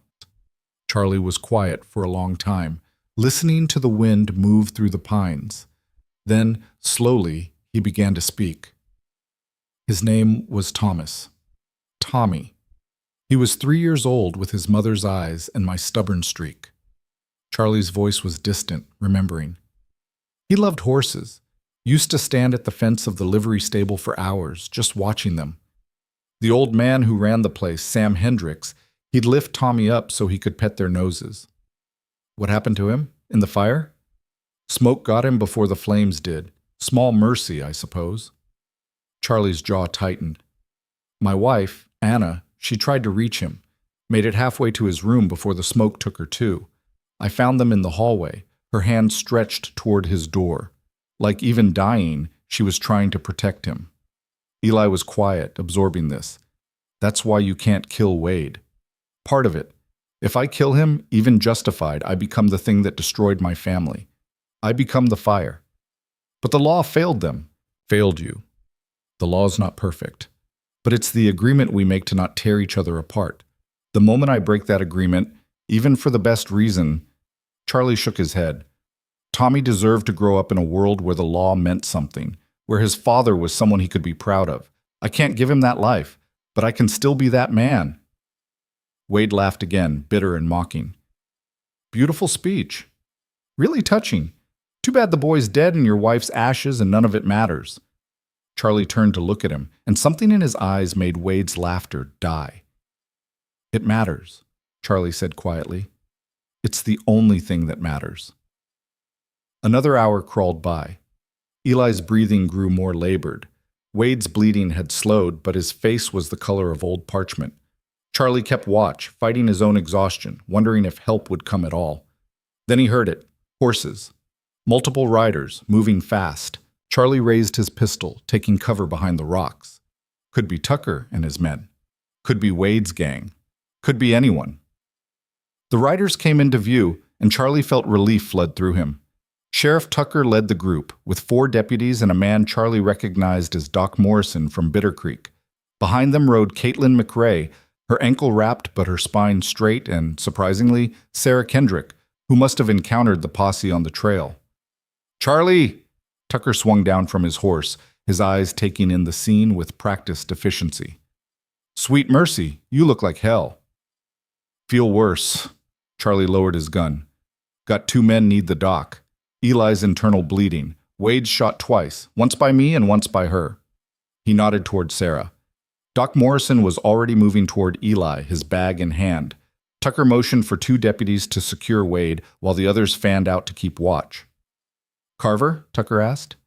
Dead. Mile back that way. Sarah got him. Sarah? Tucker glanced at the woman who stood apart from the group, her arms wrapped around herself. That true, ma'am? He was going to kill them, Sarah said, her voice empty. I just reacted. Self-defense, Tucker said, making it a statement rather than a question. He looked at Charlie. That how it happened? Charlie met his eyes and understood what Tucker was asking. One word from him could send Sarah Kendrick to trial, maybe to the gallows. Or he could give her a chance to rebuild what Wade had destroyed. Self-defense, Charlie confirmed. Saved our lives. Tucker nodded slowly, then turned to his deputies. Get Wade stabilized and ready to transport, and someone ride back for a wagon. We're not dragging a wounded man down this mountain on horseback. Doc Morrison looked up from where he was examining Eli. This boy needs surgery, real surgery, in a hospital. I can stabilize him here, but he won't make it back to Bittercreek without proper care. How long to get him to the hospital in Santa Fe? Tucker asked.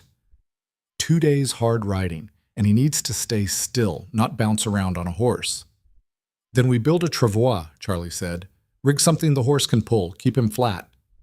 That'll be slower, Tucker pointed out. Then it's slower. I'm not letting that kid die because we were in a hurry. Tucker studied Charlie's face, then nodded. All right. You two. He pointed at 2 deputies. Start gathering poles for a travois, strong ones, and find something we can use for a bed. While the deputies worked, Doc Morrison moved to Wade. The outlaw was barely conscious, his eyes rolling up to focus on the doctor. "Am I dying?" Wade asked. Morrison examined the wounds with clinical detachment. "Probably. You've lost a lot of blood. One bullet went clean through, but the other one's still in there, and I'd bet my house it's sitting against something important." "Good." Wade's laugh was more of a wheeze now. "Better than hanging." "We'll see. I'm too good at my job to let you off that easy." Morrison began working, his hands sure despite the rough conditions. Charlie walked over to where Caitlin sat on a rock, sipping water from a canteen. Her face was pale but composed. "You made good time," he said. "I rode like the devil was chasing me." Because he was. She looked past Charlie to where Wade lay. "Is that him? The one who killed your family?" "That's him." "Are you glad that you got him?" Charlie considered the question. "I'm glad it's over. Whether that's the same as being glad, I don't know yet." Caitlin nodded, understanding in a way that only someone who'd stared down death could. "Thank you for saving me. For choosing to save me instead of just killing him." "That's the job." "No." Caitlin's eyes were serious. "That's the man. The job would have been easier if you'd just shot him and been done with it. You chose harder because it was right." Charlie didn't know what to say to that, so he just touched the brim of his hat and moved on to check the travois construction. By early afternoon, they had Eli secured on the makeshift stretcher, pulled by the steadiest horse in the group. Wade had been patched up as best Doc Morrison could manage, and was tied to his saddle, barely conscious but alive. The group began the slow descent toward the valley. Sarah Kendrick rode near the back, silent and alone. Charlie dropped back to ride beside her. "What will you do now?" he asked. "I don't know. For 3 years, all I've been is a hunter. Don't know how to be anything else." "You could start by being alive. Your boys would have wanted that." Sarah's hands tightened on her reins. "You don't know what they would have wanted. You don't know anything about them." "No. But I know what my son would have wanted for me. He would have wanted me to live, to find some kind of peace, to be more than just the man who hunted his killer." "And have you? Found peace?" Charlie looked ahead to where Wade swayed in his saddle, more dead than alive. "Not yet. But maybe after the trial, after justice is done proper. Maybe then." They rode in silence after that, the whole group quiet as they picked their way down the mountain. The journey took the rest of the day and into the evening. They made camp that night in a sheltered valley, posting guards and keeping Wade under constant watch. Eli was holding on, but just barely. Doc Morrison stayed by his side, monitoring his breathing, checking his pulse every few minutes. Charlie sat nearby, keeping vigil, remembering the eager young deputy who'd reported for duty just days ago with stars in his eyes. "He's strong," Morrison said quietly. "Stronger than he looks. If we can get him to Santa Fe, he's got a chance." "How much of a chance?" "Honestly, maybe half. The internal bleeding's bad, but I've seen men survive worse." Morrison paused. "He keeps asking for you, or keeps saying he needs to tell you something." Charlie moved closer to Eli's makeshift bed. The young deputy's eyes fluttered open. "Hey," Eli whispered. "Did we get them?" "We got them. Wade's in custody. Carver's dead. It's over." "Good. That's good." Eli coughed, grimacing with pain. "I need to tell you something about the fight. When Carver was beating me. Save your strength. No, you need to know." Eli's hand gripped Charlie's wrist with surprising strength. "He was talking, bragging, said they weren't running to Mexico, said there's a third man, someone waiting in Red Canyon." Charlie's blood went cold. "What third man? Who?" "Didn't say a name. Just that Wade had one more play, one more card to—" Eli's eyes closed, his breathing growing shallow. Eli, stay with me." "What card? What's in Red Canyon?" But Eli had slipped back into unconsciousness, his hand falling away from Charlie's wrist. Charlie stood, his mind racing. Red Canyon was 2 days southeast of here, a smuggler's route through the mountains. If Wade had a partner waiting there, someone with resources, someone with a plan to break him free. He walked over to where Tucker sat by the fire, nursing a cup of coffee. "We've got a problem," Charlie said. and explained what Eli had told him. Tucker's expression darkened. Could be delirium. The kid's half dead, might be imagining things. Or it could be real. Wade's too smart to get caught without a contingency plan. Then we change our route. Avoid Red Canyon entirely. Take the long way to Santa Fe. That adds 3 days to the journey. Eli doesn't have 3 days. Tucker swore quietly. So what do you suggest? Charlie looked over at Wade, still unconscious and tied to a tree under heavy guard. I take Wade the direct route through Red Canyon. Move fast, light. You take Eli and the others the safe way around. That splits their targets. That's suicide. If there really is someone waiting, you'll be riding straight into an ambush.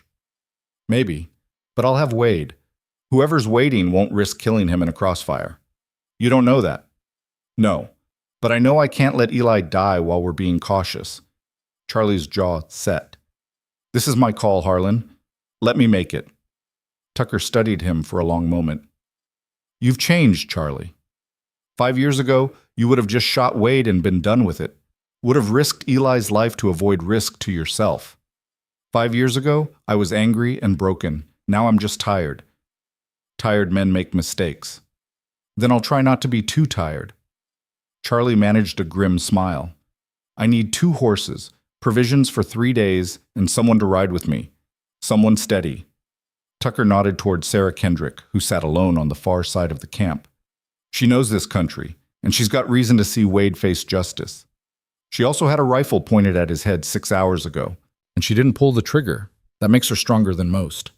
Tucker stood, stretching his back. I'll ask her. But Charlie, if it goes bad, at least Eli and the others will be safe. That's what matters. Tucker gripped Charlie's shoulder briefly. You're a better man than you give yourself credit for. Or a stupider one. Probably both. An hour later, the plan was set. Tucker would take Eli, Doc Morrison, Caitlin, and 3 deputies the long route to Santa Fe. Charlie would take Wade, Sarah, and 1 deputy, a quiet, competent man named Hayes, straight through Red Canyon. They'd move fast and hard, trying to beat any ambush before it could be properly set. Sarah had agreed without hesitation, though her eyes kept drifting to Wade with an expression Charlie couldn't quite read. Not hatred anymore. Something colder, more final. They left before dawn, while the others still slept. Wade was tied to his horse, conscious now but weak, his face gray in the pre-dawn light. He watched Charlie with those flat, empty eyes. You're making a mistake, Wade said as they rode out. Going to Red Canyon. How'd you know that's where we're headed? Wade smiled. Because it's what I'd do. Fastest route, most direct. And you're in a hurry. Want to get me locked up before I die of these holes in me. Something like that. There's nothing waiting for you there, Charlie. No ambush, no rescue party. Just more rocks and dirt. Then we'll have a nice, boring ride. You don't believe that any more than I do. Charlie didn't answer. He just rode on, Hayes and Sarah flanking Wade, all of them watching for trouble. The country grew rougher as they climbed toward Red Canyon. The trail narrowed, hemmed in by walls of red stone that rose like the bones of some ancient beast. Perfect ambush country. Every shadow could hide a rifle. Every boulder could conceal a man. They rode in tense silence, Wade occasionally making observations designed to unsettle. You know what I think, Charlie?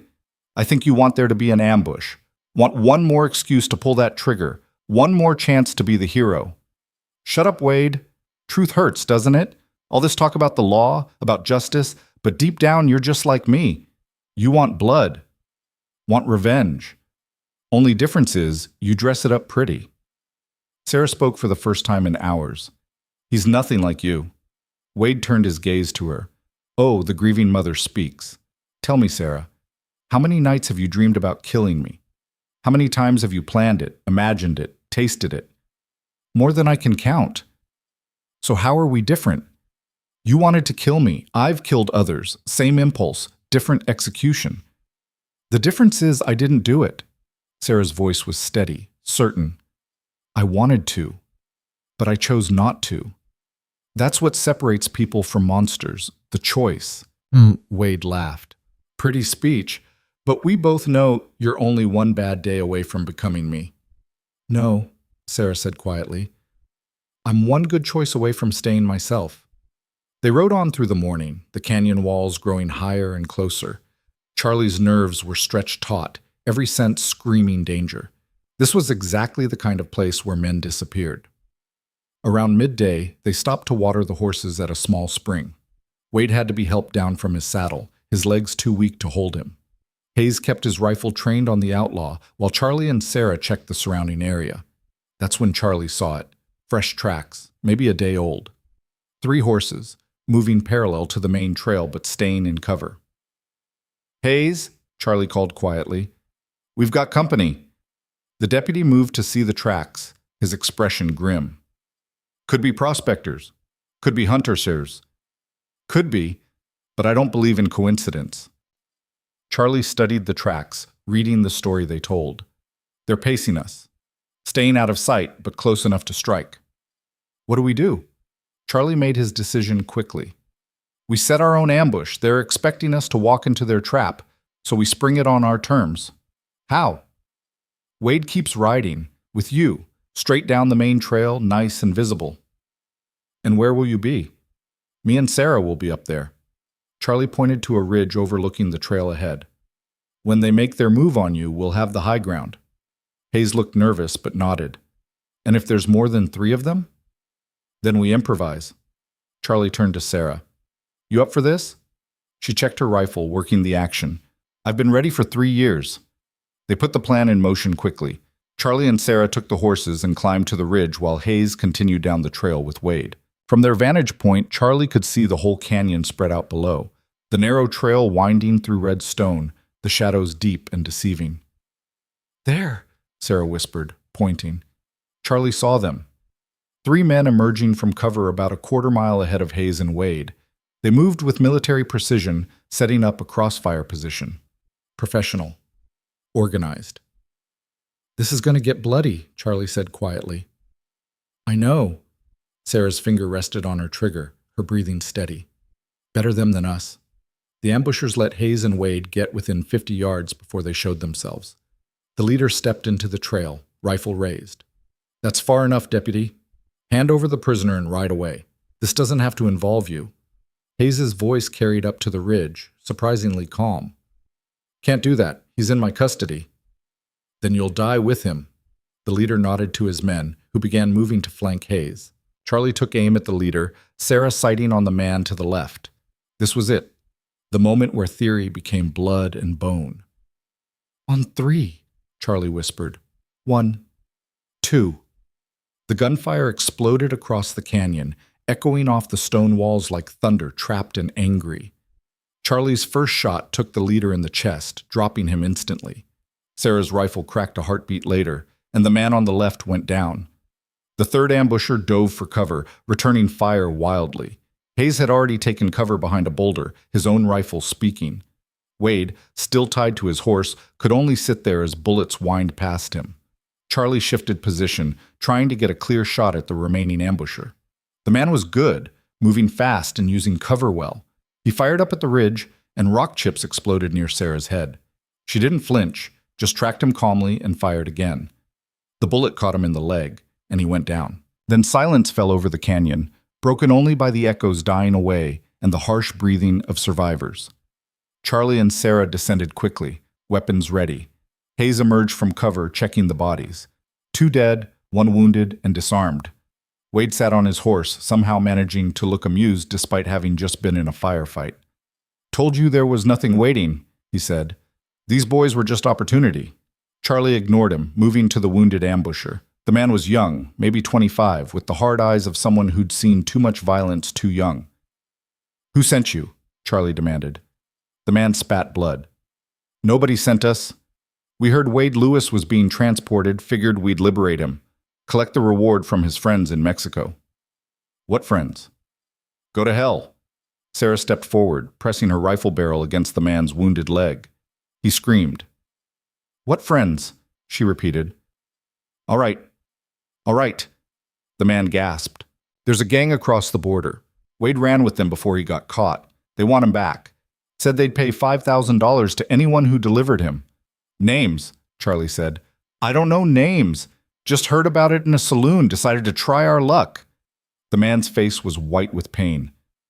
We weren't trying to kill nobody, just wanted the money. Charlie believed him. These were opportunists, not professionals. The real threat was still out there, the gang in Mexico, whoever Wade had been working with before his arrest.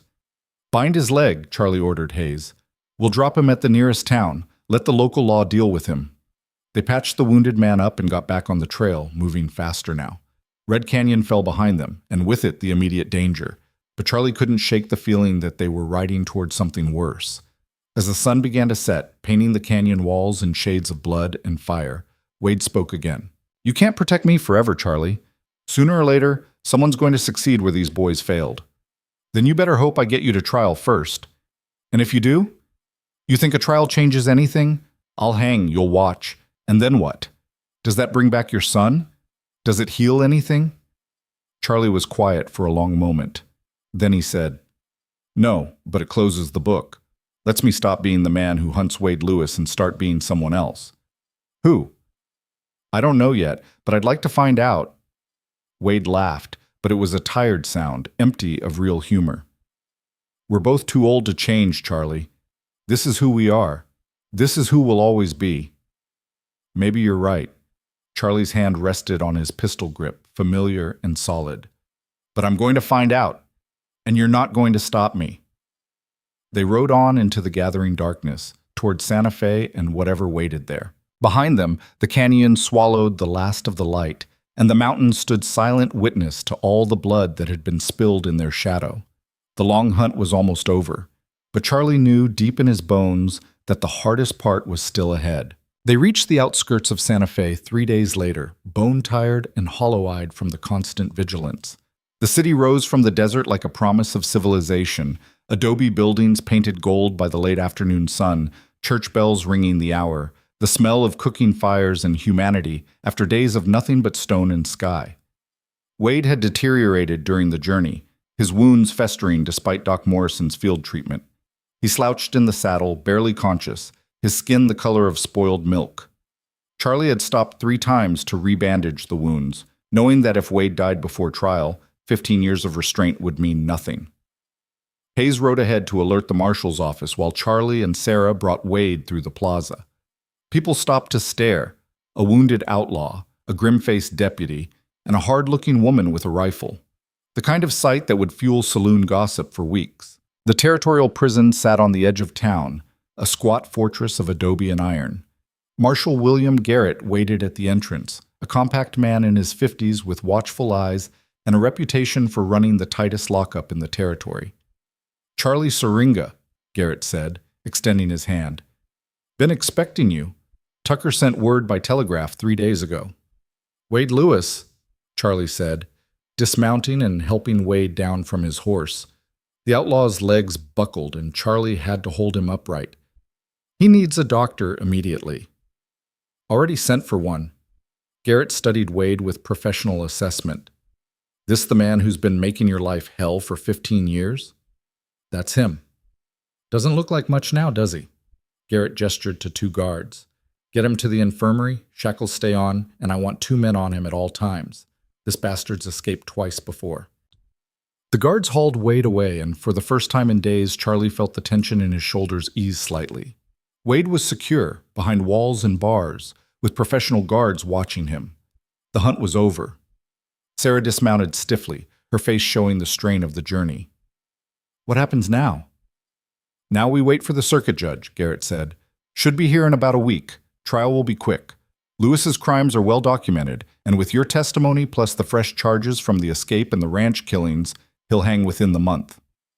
A month, Sarah repeated, her voice hollow. 3 years I've been hunting him, and now I wait another month. Due process takes time, ma'am, but justice will be done. Charlie watched Sarah's face, saw something shift behind her eyes. A decision being made. She turned to him, and for a moment he saw the woman she might have been before Wade had destroyed her family. Someone gentler, someone whole. Thank you, she said quietly, for stopping me, for not letting me become what he is. You stopped yourself. I just gave you the chance. Sarah nodded, then walked away without another word. Charlie watched her go, wondering if she'd find whatever she was looking for, or if she'd spend the rest of her life circling the hole Wade had carved in her heart. Garrett cleared his throat. Your deputy, Paulson. He's at St. Vincent's Hospital. Doc Morrison got him there yesterday. He's holding on, but it's touch and go. Charlie's exhaustion vanished, replaced by sharp concern. Where? 3 blocks north. Can't miss it. Charlie... Garrett's voice stopped him. Morrison said to tell you the kid kept asking for you, kept saying he had something important to tell you. Charlie was already moving, his legs protesting after days in the saddle, but carrying him anyway. The hospital was a 2-story building with whitewashed walls and the sterile smell of carbolic acid. A nun in a black habit intercepted him at the entrance. I'm here to see Eli Paulson, Charlie said. I'm Deputy Syringa. He's been waiting for you. Room 7, upstairs. But please, he needs rest. Don't tax his strength. Charlie took the stairs 2 at a time, his boots echoing in the quiet hallway. Room 7 was at the end, its door slightly ajar. He pushed it open. Eli lay in a narrow bed, his torso wrapped in bandages, his face still bearing the bruises from Carver's beating. But his eyes were clear when they found Charlie, and a weak smile crossed his face. Knew you'd make it, Eli whispered. Charlie pulled a chair close to the bed, sat heavily. Doc says you're too stubborn to die. Runs in the family. Eli coughed, grimacing. Did you get him? Wade? He's locked up. Trial in a week. Good. That's good. Eli's hand found Charlie's, gripped it weakly.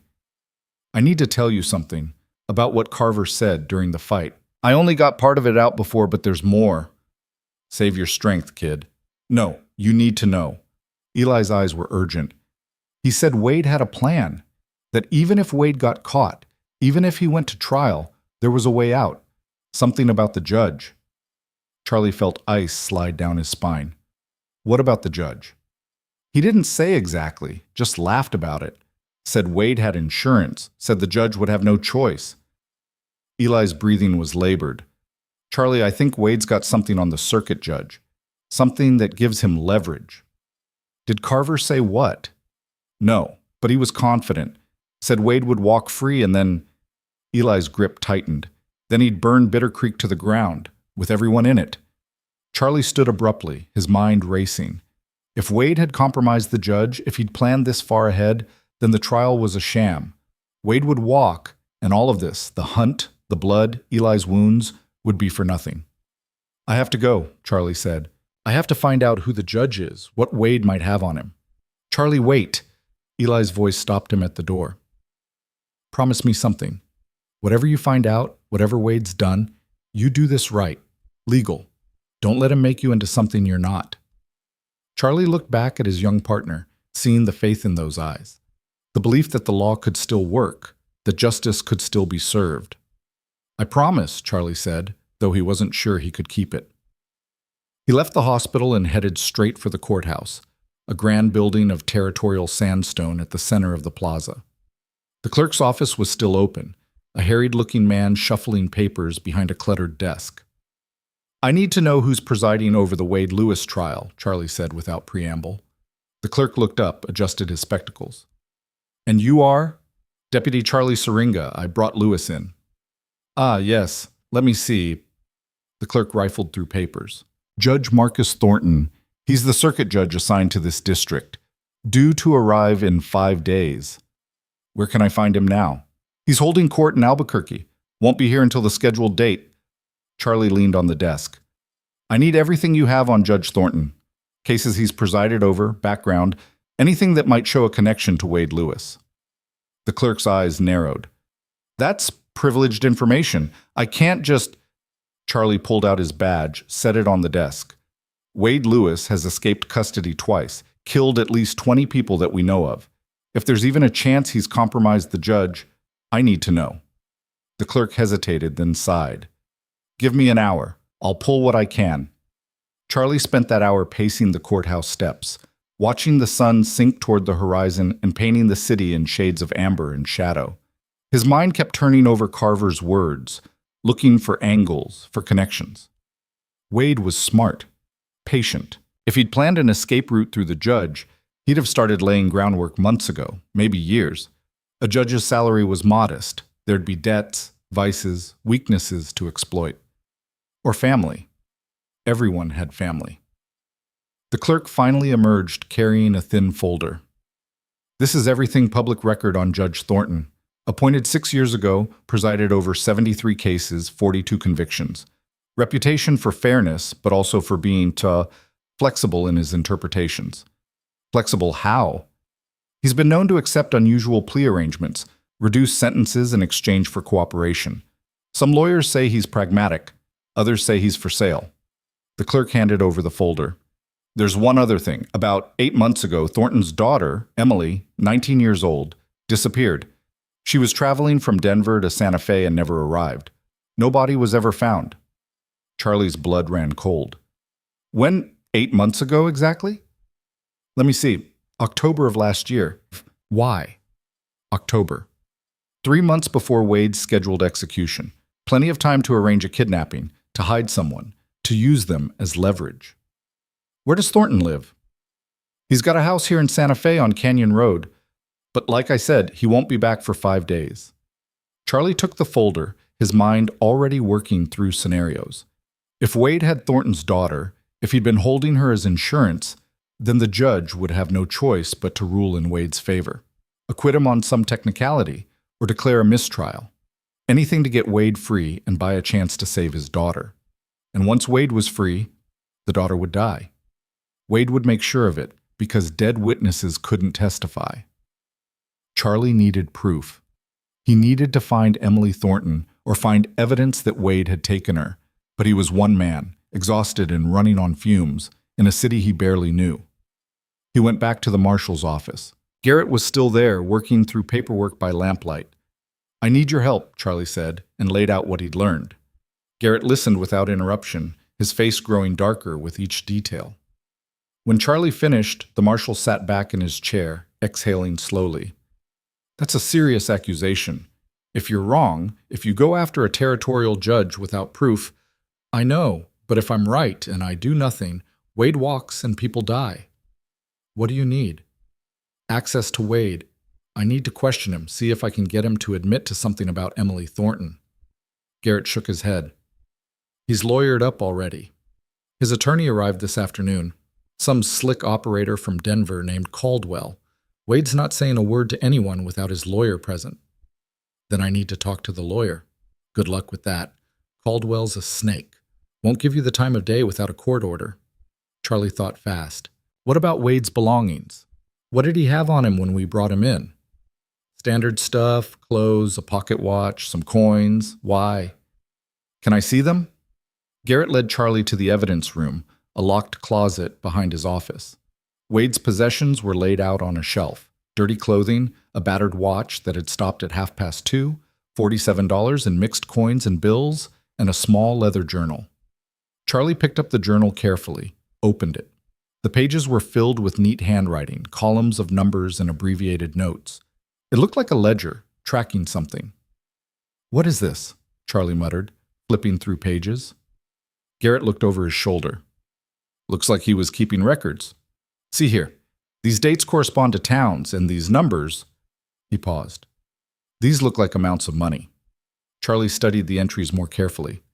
There was a pattern, a town name, a date, a dollar amount, and a single initial. Some entries had stars next to them. Then he found it. An entry from October of last year. Denver, E.T., $2,000, asterisk, E.T. Emily Thornton. "This is it," Charlie said, his pulse quickening. "This is proof he was involved in her disappearance." "That's not proof," Garrett cautioned. "That's initials and money. Could mean anything." "Not to a jury." Combined with the timing, the judge's connection, Charlie kept flipping pages. Near the end of the journal, he found another entry, dated just 2 weeks ago. R.C., holds package, $5,000 completion. "R.C.," Charlie read aloud, "and holds package. That could be where he's keeping her. Or it could be anything else, a code, a deal, a payoff." Charlie's mind was racing. Red Canyon, that's R.C. We rode through there 3 days ago. What if Wade had people there, not to ambush us, but to guard something, someone? "You're reaching, Charlie." "Am I?" "Think about it. Wade sets up a hideout in Red Canyon, stashes the girl there with guards, pays them $5,000 to keep her alive until after the trial. If the judge rules in Wade's favor, Wade sends word and they release her. If the judge doesn't cooperate, or if something goes wrong, the guards kill her and scatter. Garrett was quiet, turning this over. It's plausible, but Red Canyon's a big area. You could search for weeks and find nothing. Not if you knew where to look. Those 3 men who ambushed us, they came from somewhere nearby. Had to be a camp, a cabin, something. Charlie closed the journal. I need to go back tonight. You're in no shape to ride. You've barely slept in days. I don't have time to sleep. Trial's in a week. If I don't find Emily Thornton before then what? You kidnap the judge? Force him to recuse himself? I don't know yet, but I can't sit here and let Wade win. Garrett studied Charlie for a long moment, then made his decision. I'll send 2 deputies with you. Good men, familiar with that country. But Charlie, if you find the girl, you bring her back here. No heroics, no shootouts. You get her out safe and let the law handle the rest. Agreed. Within the hour, Charlie was mounted on a fresh horse, riding back toward Red Canyon with 2 of Garrett's deputies. Rodriguez and Chen, both experienced trackers who knew the backcountry. They rode through the night, pushing hard, covering ground that had taken Charlie 3 days in less than 1. By dawn, they were back in the canyon, retracing the route to where the ambush had happened. Charlie found the spot easily. The bodies had been removed, but the blood remained, dark stains on the red rock. We start here, Charlie said, dismounting. Fan out. Look for tracks leading away from the main trail. They had to come from somewhere close. They searched for 2 hours before Rodriguez called out. Here. Fresh tracks. Maybe 4 days old. Multiple horses heading deeper into the canyon. They followed the tracks through increasingly rough terrain, climbing higher into the rocks. The trail led to a narrow defile that opened into a hidden valley, sheltered by high walls and accessible only through the single entrance. And there, nestled against the far wall, was a cabin. Charlie held up a hand, stopping the others. They dismounted and approached on foot, weapons ready. The cabin looked abandoned, no smoke from the chimney, no horses visible.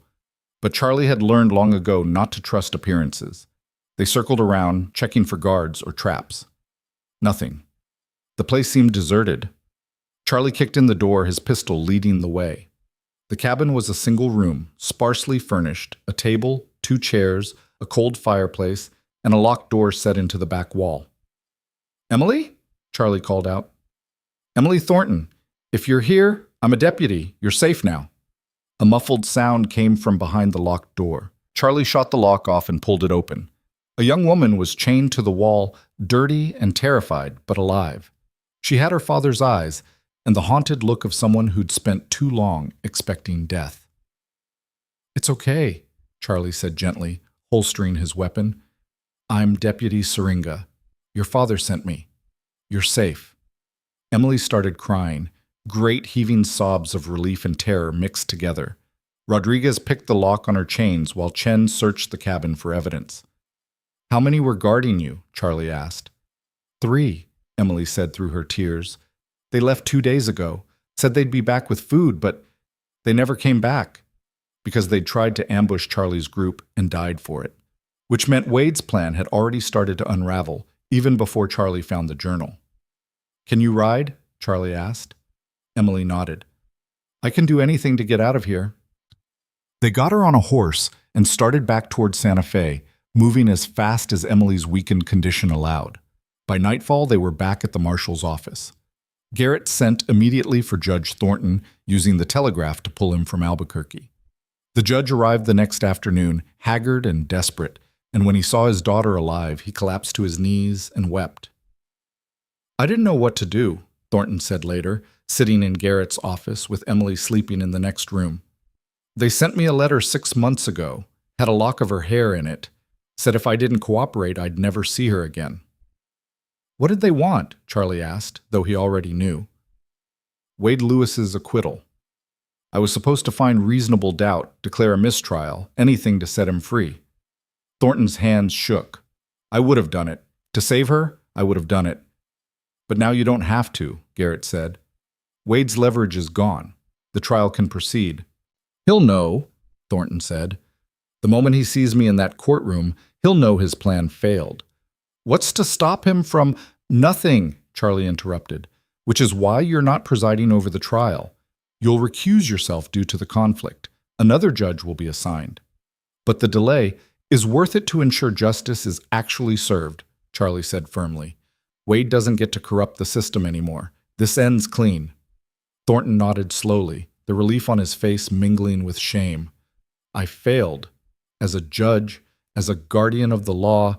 You're a father who was put in an impossible situation, Charlie said. No one's judging you for that, but now you have a chance to make it right.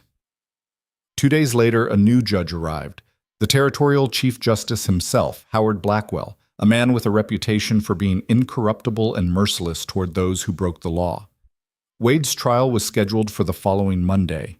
Charlie visited Wade once before the trial, accompanied by Garrett and 2 armed guards. The outlaw had recovered somewhat, the prison doctor having stabilized his wounds, but he'd lost weight and looked older, diminished. Charlie, Wade said with a ghost of his old smile, come to gloat? Come to tell you it's over. We found Emily Thornton. Your leverage is gone. Judge Thornton recused himself. Wade's face went carefully blank, but Charlie saw the flicker of fear in his eyes. I don't know what you're talking about. Your journal says otherwise. We have the cabin, the chains, and Emily's testimony. You're going to hang, Wade, and this time there's no escape. Wade was silent for a long moment, then laughed, but it was a hollow sound empty of real humor. You know what the funny thing is, Charlie? I could have killed you a dozen times over the years. Had you in my sights, had the shot, had the opportunity. But I didn't. You want to know why? Enlighten me. Because you were the only person who made me feel like I mattered. The only one who cared enough to hunt me for 15 years. Everyone else, the other lawmen, the bounty hunters, they gave up, got bored, got killed, got old. But not you. You made me important. Charlie felt something twist in his chest, anger and pity mixed together. That's the saddest thing I've ever heard. Is it? At least I felt something. At least I knew I mattered to someone, even if it was just hatred. Wade leaned forward, his chains rattling. What are you going to do after I'm dead, Charlie? Who are you going to be when you don't have me to hunt anymore? The question hit harder than Charlie wanted to admit. He'd spent so much of his life chasing Wade, defined by this pursuit, that he'd never really thought about what came after. I guess I'll find out, Charlie said quietly. Then he turned and left, not looking back. The trial began on a Monday morning, the courtroom packed with spectators, eager to see the infamous Wade Lewis finally face justice. The prosecution laid out their case methodically. The escape, the murdered guards, the ranch family killed in cold blood, and now the kidnapping of Emily Thornton. Wade's lawyer, Caldwell, fought hard, objecting at every turn, trying to exclude evidence on technicalities. But Judge Blackwell was having none of it. He overruled each objection, his face stern and unyielding. Charlie testified for 3 hours, detailing the hunt, the confrontations, the evidence they'd found. Sarah Kendrick testified about her family's murder, her voice steady, but her eyes haunted. Emily Thornton testified about her captivity, her father weeping silently in the gallery. Eli Paulson was brought in on a stretcher to testify, still too weak to stand. But his voice was clear as he described the fight with Carver, the things the outlaw had said, the journal they'd found. Wade sat through it all with that same empty smile, like he was watching a play that didn't quite interest him. He didn't testify in his own defense, and when the jury retired to deliberate, he seemed almost bored. They were back in 20 minutes. Has the jury reached a verdict? Judge Blackwell asked. We have, Your Honor, the foreman said. On all counts, we find the defendant guilty. The courtroom erupted in noise, some cheering, some crying, everyone talking at once. Blackwell gavelled for order. Wade Lewis, the judge said, his voice cutting through the chaos. You have been found guilty of murder, kidnapping, and crimes against the people of this territory. It is the judgment of this court that you be hanged by the neck until dead. Sentence to be carried out 1 week from today at dawn. May you make your peace with whatever awaits you. Wade's smile finally slipped. For just a moment, Charlie saw real fear in those empty eyes. Then the mask came back, and Wade was escorted from the courtroom in chains. Outside, Charlie found Sarah standing in the plaza, staring at the sky. It's done, he said. Is it? She looked at him. Does it feel done to you? Charlie thought about that. The trial was over. Wade would hang. Justice, after 15 years, would finally be served. But Eli was still in a hospital bed. Sarah's sons were still dead. Charlie's wife and child were still ashes and memory. No, he admitted, it doesn't feel done. Just finished. What's the difference? I don't know yet. Sarah nodded, understanding in a way only someone who'd walked the same path could. I'm going home. Back to what's left of my ranch. Going to try to figure out who I am when I'm not hunting him. Good luck with that. You too, Charlie. You too. She walked away and Charlie watched her go, wondering if either of them would ever really find peace or if they'd just spend the rest of their lives circling the wounds Wade had left behind. He went to check on Eli. The young deputy was sitting up, color finally returning to his face. We won, Eli said. We did. So why don't you look happy about it? Charlie sat heavily in the chair beside the bed. Because winning doesn't bring anyone back, doesn't heal anything, just means the killing stops. That's something, though, isn't it? Yeah, Charlie said, managing a tired smile. Yeah, it's something. The week passed slowly. Charlie spent most of it at the hospital with Eli, playing cards and talking about everything except Wade. The young deputy was healing, slowly but surely, and Doc Morrison said he'd make a full recovery eventually. On the morning of the execution, Charlie stood in the prison yard with a crowd of witnesses. Wade was led out, his hands bound, his face pale but composed. The noose waited. Their eyes met across the yard, and for a moment they were just two men who'd defined each other for too long. Then Wade mounted the scaffold, and the moment passed. Any last words? The warden asked. Wade looked at Charlie one final time. See you in hell, Charlie. Not if I can help it, Charlie said quietly. The trap dropped. Wade fell. And 15 years of hunting ended with the snap of a rope and the slow swing of a body in the morning light. Charlie watched until it was over, until Wade was cut down and pronounced dead, until the crowd dispersed and the yard was empty again. Then he walked away, heading back toward the hospital, toward Eli, toward whatever came next. The badge on his chest felt lighter somehow. Or maybe he'd just gotten used to its weight. Charlie didn't go straight to the hospital after the execution. His feet carried him instead to a small cantina on the edge of Santa Fe's plaza, the kind of place where no one asked questions and whiskey was cheap. He sat at the bar nursing a glass he didn't really want, watching the amber liquid catch the afternoon light filtering through dirty windows. The bartender, an old Mexican man with kind eyes, set down a second glass without being asked. On the house, he said. You look like a man who just finished something hard. That obvious? I've seen that look before. Victory that doesn't feel like victory. The bartender wiped down the bar with practiced movements. The man you brought in, Wade Lewis. He's dead now, yes? As of 2 hours ago. Good riddance. My cousin lost a daughter to him years back. Robbery that went wrong. The old man crossed himself. But you don't look glad about it. Charlie turned the glass in his hand, studying the patterns the light made through the whiskey. I spent 15 years hunting him. Thought when it was over I'd feel something. Relief, maybe. Peace. Instead, I just feel empty. That's because revenge is a hole, senor. You fill it, but it never gets full. It just gets deeper. This wasn't revenge. It was justice. The bartender smiled sadly. If you have to tell yourself the difference, maybe they're closer than you think. Charlie drank the whiskey in one swallow, felt it burn down his throat. The old man was right, of course. He'd told himself for years that he was different from Wade, that the badge made it justice instead of murder. But in his heart, in the dark hours before dawn, he'd wanted Wade to suffer. Wanted him to feel even a fraction of the pain Charlie had carried since Copper Ridge. And now Wade was dead, and Charlie was still carrying it. He left money on the bar and walked out into the bright afternoon, squinting against the sun. The execution had been at dawn, but somehow it felt like days had passed. Time moved differently when you were watching a man die, even a man who deserved it. The hospital was quiet when he arrived, the afternoon lull when most patients slept and the nurses moved like ghosts through the halls. Charlie climbed the stairs to Eli's room, his boots heavy on the wooden steps. Eli was awake, sitting up in bed with a book open on his lap. He looked up when Charlie entered, and his young face showed understanding beyond his years. "It's done then," Eli said. Not a question. "It's done." "How do you feel?" Charlie pulled the chair close to the bed, sat down with a sigh. "Like I just closed a book I've been reading for 15 years and don't know what to read next."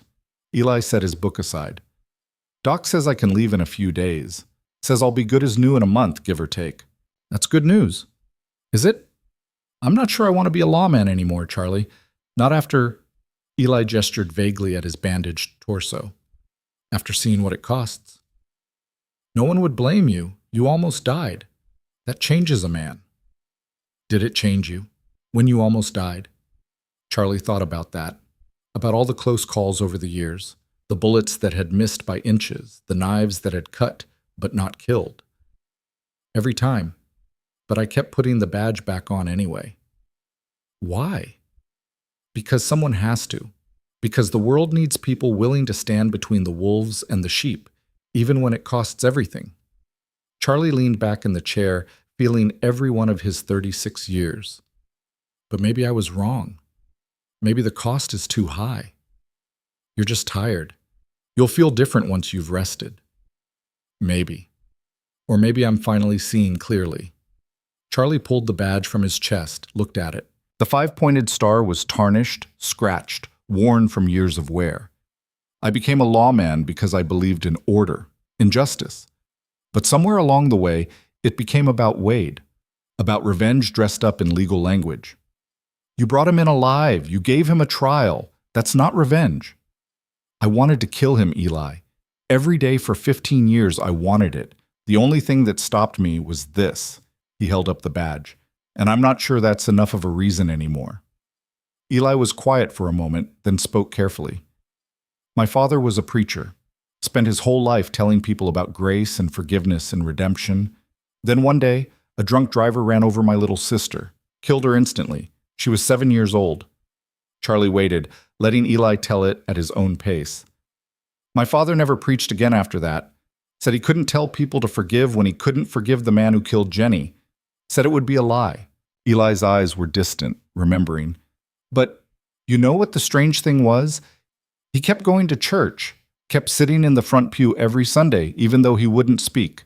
When I asked him why, he said, 'Because the building still stands even when I don't believe what happens inside it.'" "What are you saying?" "I'm saying maybe you don't have to believe in justice right now. Maybe you just have to believe that someone needs to keep wearing the badge, keep enforcing the law, keep the building standing, and maybe that's enough." Charlie looked at the badge again, at this small piece of metal that had defined him for so long. Then he pinned it back on his chest. "Maybe," he said. "Or maybe I just don't know who I am without it."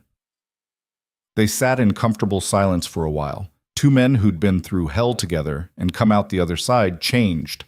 Outside, church bells rang the hour, and somewhere in the distance a dog barked. Finally, Eli spoke again. "What will you do now? Go back to Bittercreek?" "Eventually. Tucker needs his deputy back, and I owe him a full report." Charlie stood, stretching. "But first, I need to make sure some loose ends are tied up." "What loose ends?" "Caitlin McRae. She testified at the trial, but I haven't seen her since. Want to make sure she made it home safe." "And Sarah Kendrick?" Charlie's expression darkened. "I don't know. She walked away after the verdict, said she was going home, but—" He shook his head. "I'm worried about her. Woman who's been living on revenge for 3 years, suddenly it's over. That's dangerous." "You think she might hurt herself?" "I think she might not know how to stop hunting, even when there's nothing left to hunt." Charlie found Caitlin at her father's house on the edge of town, a sprawling adobe hacienda that spoke of old money and older traditions. A servant showed him to a courtyard where Caitlin sat in the shade reading a book. She looked different than she had in the mountains, cleaned up, dressed in a proper gown, her red hair pinned back. But her eyes still held that hardness that came from looking death in the face. "Deputy Syringa," she said, setting the book aside. "I was wondering if you'd come by. Just wanted to make sure you were all right, after everything." "I'm alive. That's more than I expected a week ago." She gestured to a chair. "Please, sit. Can I offer you something to drink?" I'm fine, thank you. Charlie sat, noting how she held herself, tense, ready to move. The captivity had marked her. How are things with your father? Caitlin's expression hardened. He's apologetic, embarrassed that his daughter was kidnapped and needed rescuing, promised to reconsider the arranged marriage, but I know he won't. Men like my father don't change. What will you do? I don't know yet. Part of me wants to run again, to take what I learned in those mountains and never look back. She met his eyes. You taught me something, Deputy.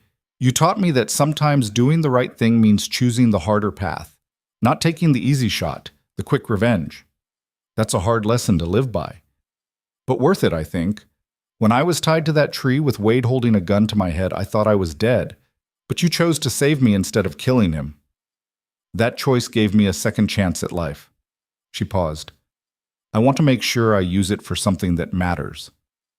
Any ideas what that might be? A small smile crossed her face. I've been reading about women who've become doctors, lawyers, even sheriffs in some territories. My father would be mortified. Charlie found himself smiling back. Something tells me you'd be good at any of those things. Maybe. Or maybe I'll just keep running until I figure it out. She stood, extending her hand. Thank you, Deputy. For everything.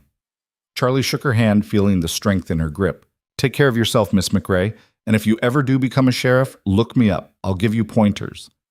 Finding Sarah Kendrick proved harder. The address Charlie had for her ranch was 2 days south, in rough country near the border.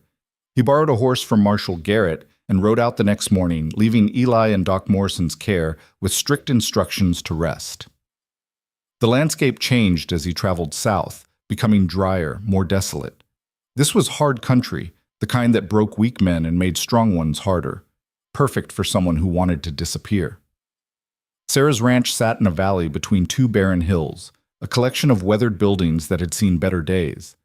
Fence posts leaned at drunken angles. The barn roof had partially collapsed. Weeds grew thick in what had once been a cultivated garden. 3 years of neglect, Charlie realized. 3 years of Sarah hunting Wade instead of tending her home. He found her in the barn, repairing the collapsed section of roof with savage efficiency.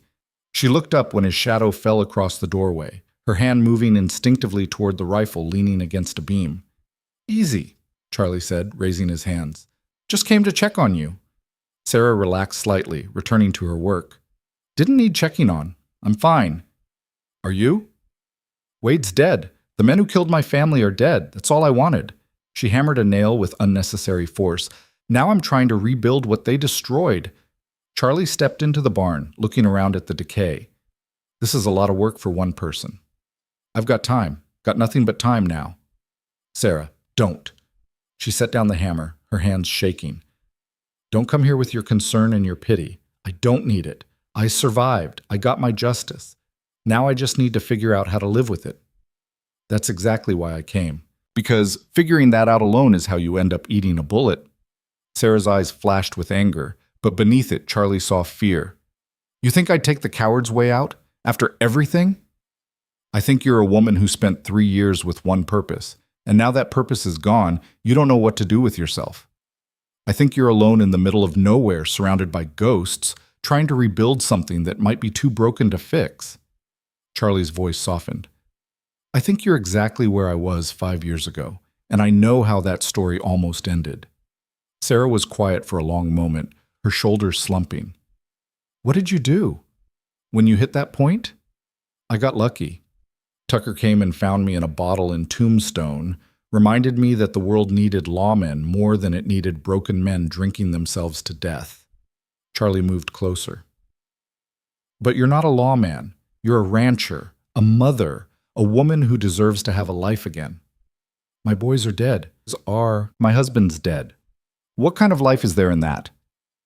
I don't know. But I know it's not here, alone, hammering at a broken barn and pretending that's the same as healing. Sarah's composure finally cracked. She sat down hard on a hay bale, tears streaming down her weathered face. I don't know how to stop, don't know how to be anything but angry. Charlie sat beside her, not touching, just present. You start by accepting that the anger's always going to be there. It doesn't go away just because Wade's dead. but you learn to carry it instead of letting it carry you. How? One day at a time, one choice at a time. You choose to fix the fence instead of riding out looking for ghosts. You choose to plant the garden instead of sitting with your rifle. You choose to live instead of just survive. They sat in the dim barn while dust motes danced in the shafts of sunlight, two people who'd been hollowed out by violence trying to figure out how to fill the empty spaces. Finally, Sarah spoke. There's a town about 20 miles east. They've been asking me to come teach at the school. Need someone who can read and write and isn't afraid of hard work. That sounds like a good start. I told them no. Told them I had too much work here. Did you? Or were you just afraid of being around people again? Of having to be someone other than the woman hunting her family's killer? Sarah wiped her eyes, managed a weak laugh. You're annoyingly perceptive. Comes with the badge. I'll think about it. The teaching position. She stood, picking up the hammer again. But I'm not making any promises. Fair enough. Charlie stood as well, preparing to leave. One more thing. If you ever need someone who understands, you can write to me care of the sheriff's office in Bittercreek. Sometimes it helps to talk to someone who's been there. Sarah nodded, and Charlie saw something in her eyes that might have been hope, or might have been the beginning of it. He rode back to Santa Fe slowly, taking his time, thinking about the people Wade had destroyed and the ones trying to put themselves back together. Caitlin had her whole life ahead of her, bright and full of possibility. Sarah had harder road, but at least she was willing to walk it now. And Eli would heal and decide whether the badge was worth the cost. And Charlie? He was still figuring that out. When he got back to Santa Fe, Eli was well enough to walk, moving stiffly but moving. They stood together outside the hospital, two lawmen who'd been through fire together. Doc says I can travel in a few days, Eli said. Tucker sent word. Wants us both back in Bittercreek. You going? I think so. Signed up for a job, might as well see it through. Eli glanced at Charlie. You? Charlie looked at the badge on his chest, feeling its familiar weight. Yeah, I'm going back. Not sure for how long, but I owe Tucker that much. They made the journey back to Bittercreek a week later, riding slow to accommodate Eli's injuries. The town looked exactly the same as when they'd left, as if the whole world-shaking pursuit of Wade Lewis had happened in some other reality. Tucker met them at the edge of town, his weathered face splitting into a rare smile. Well, well, the conquering heroes return. He gripped Charlie's hand, then Eli's. Heard you boys had quite an adventure. That's one word for it, Charlie said. They walked their horses to the livery stable while Charlie gave Tucker the full report. The hunt, the confrontations, Wade's plan with Judge Thornton, the trial, the execution. Tucker listened without interruption, his expression growing darker with each detail. You did good work, Charlie, Tucker said when the story was finished. Both of you. Brought a killer to justice, saved a young woman's life, kept a judge from being corrupted. That's about as lawman as it gets. Didn't feel much like justice at the end. It never does. Justice is cold and clean and final. Revenge is hot and messy and never quite satisfied.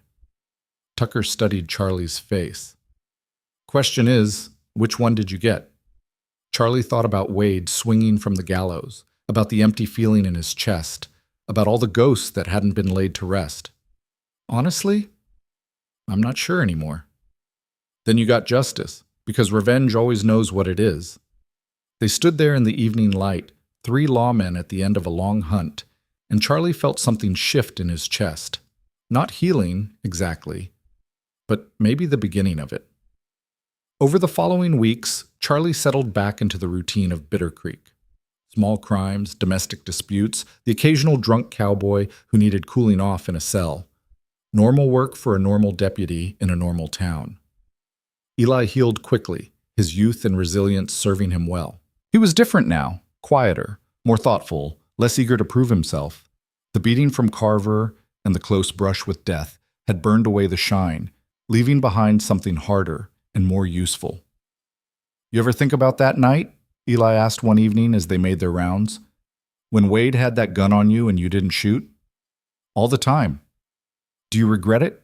Not taking the shot when you had the chance? Charlie considered the question carefully. No. If I'd killed him then, it would have been murder, no matter how justified. He'd have won, because he'd have turned me into him. Bringing him in alive, making him face trial, making him hang legal, that was the only way to prove the law still means something. Even though it would have been easier to just shoot him? Especially because it would have been easier.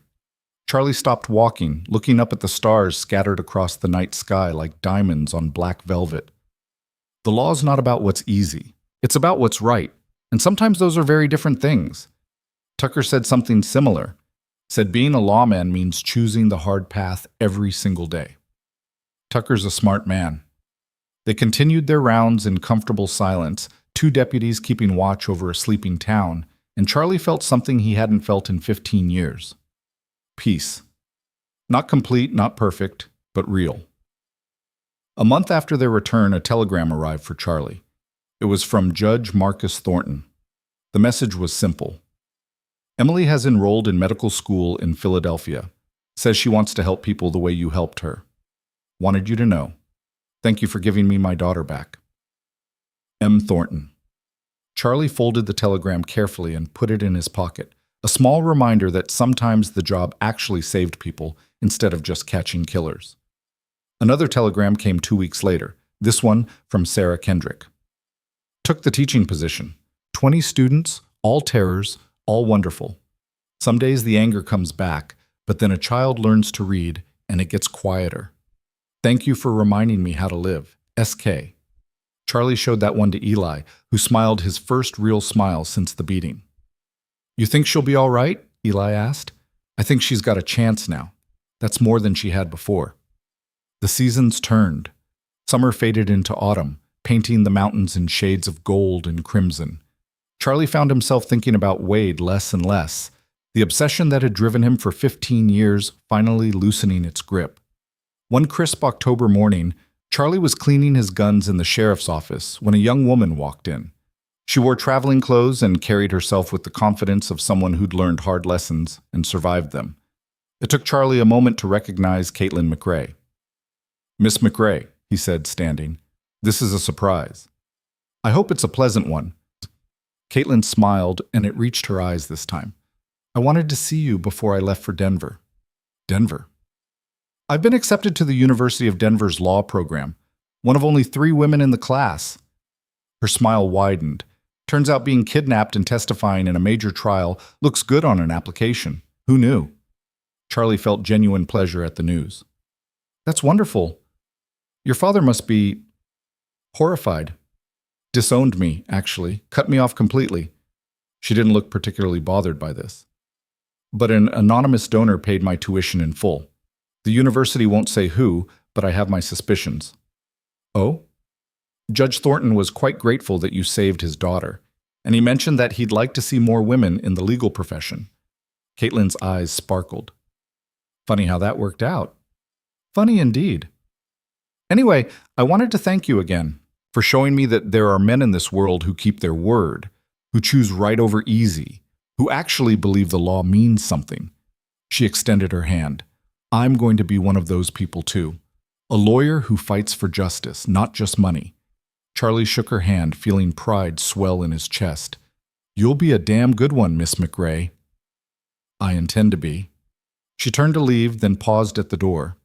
Oh, and deputy, if you're ever in Denver and need a lawyer, look me up. First consultation's free. After she left, Charlie sat back down at his desk, a strange lightness in his chest. Wade was dead, but the ripples he'd caused were still spreading, not just destruction anymore, but something else. Emily Thornton becoming a doctor. Sarah teaching children. Caitlin studying law. Maybe that was justice after all. Not in the hanging, but in what came after. In the people who rebuilt their lives from the wreckage and chose to make something good from the ruins. That evening, Charlie and Eli sat on the porch outside the sheriff's office, watching the sun paint the mountains in colors that gave them their name, Sangre de Cristo, blood of Christ, though Charlie still thought of them as just mountains painted red by light. You ever going to tell me what really happened in that canyon? Eli asked. When Wade had you at gunpoint and you still wouldn't shoot? Charlie was quiet for a moment, watching the light fade. You know what I saw in that moment? I saw my son. Saw him looking at me, asking if I was the man he thought I was, or if I'd become something else. And I realized that killing Wade, even justifiably, would mean I'd never know, would mean I'd always wonder if I'd crossed a line I couldn't come back from. So you chose uncertainty over certainty? I chose to be someone my son could be proud of, even if he's not here to see it. Charlie's voice was quiet but firm. That badge means I'm supposed to be better than the men I hunt. The moment I forget, that is the moment I should turn it in. And have you forgotten? Every day. But I remember again every morning when I pin it on. Charlie touched the badge on his chest. That's the real battle. Not catching the bad guys, it's staying good while you do it. Eli nodded slowly, absorbing this. Tucker's retiring next year, says his knees are shot and he's tired of the wait. He mentioned who he's recommending as his replacement? He's got a couple names in mind. One of them's yours. Charlie was surprised. I'm not sheriff material. That's exactly what Tucker said you'd say. He also said that makes you perfect for it. Eli grinned. Something about how the best sheriffs are the ones who know how heavy the badge gets. Charlie thought about that, about spending his life enforcing the law in Bittercreek, about putting down roots in a place instead of chasing ghosts across the frontier. It should have felt like surrender, like giving up. Instead, it felt like possibility. I'll think about it, he said finally. They sat in comfortable silence as night fell over Bittercreek, two lawmen at the end of a long day, keeping watch over a town that mostly kept itself peaceful. It was simple work, unglamorous work, the kind that didn't make it into dime novels or campfire stories. But it was honest work. And after 15 years of hunting monsters, honest work felt like redemption. 6 months later, Charlie pinned on a different badge, the sheriff's star Tucker handed him on his last day. It was heavier than the deputy badge had been, but Charlie had learned to carry weight. Eli stayed on as his deputy, young and capable, and learning to temper his idealism with the reality of the job. Together, they kept Bittercreek safe, settling disputes and handling the occasional troublemaker with a minimum of violence and a maximum of patience. Charlie still thought about Wade sometimes, especially on the anniversary of Copper Ridge, or when he smelled smoke on the wind. But the thoughts were quieter now, less consuming. Wade had been a chapter in his life, a long and painful one, but just a chapter, not the whole book. He received occasional letters from Sarah, full of stories about her students and the small victories of teaching children to read. She'd started signing them with gratitude instead of just her name. Charlie took that as a good sign. Caitlin wrote too, less frequently but with more substance. She'd made law review her second year, was fighting for women's suffrage in her spare time, and had her sights set on becoming a judge someday. Charlie believed she'd do it. And Emily Thornton sent a telegram when she completed her medical training, announcing she was opening a practice in a mining town where doctors were scarce and needed desperately. Judge Thornton included a note. Thank you for saving her life. She's saving others now. On a warm summer evening 2 years after Wade's execution, Charlie stood at the edge of town watching the sunset paint the mountains red. He thought about his wife and son, about the 15 years he'd spent hunting their killer, about the man he'd been and the man he'd become. The anger was still there, would always be there, a scar on his heart that would never fully heal. But it didn't control him anymore, didn't drive every decision, color every thought, define every action. He'd learned to carry it instead of letting it carry him. Tucker's old words came back to him. Justice is cold and clean and final. Revenge is hot and messy and never quite satisfied. Charlie had gotten justice. Wade had faced trial, been convicted, and hanged according to law. The book was closed, the debt paid, the scales balanced. But the real justice, Charlie realized, wasn't in Wade's death. It was in what grew from the ashes. Emily saving lives. Sarah teaching children. Caitlin fighting for fairness. Eli learning to be a good lawman. Charlie himself learning to be something other than a hunter of ghosts.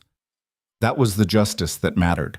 Not punishment for the past, but possibility for the future. Charlie touched the sheriff's star on his chest, feeling its weight, accepting it. This was who he was now, not the man hunting Wade Lewis, not the husband and father destroyed by fire, but something new, something forged in pain but tempered by choice, A lawman who understood that the badge wasn't about power or revenge, or even justice in the cold legal sense. It was about standing between chaos and order, about choosing the harder path because it was right, about being someone worth believing in.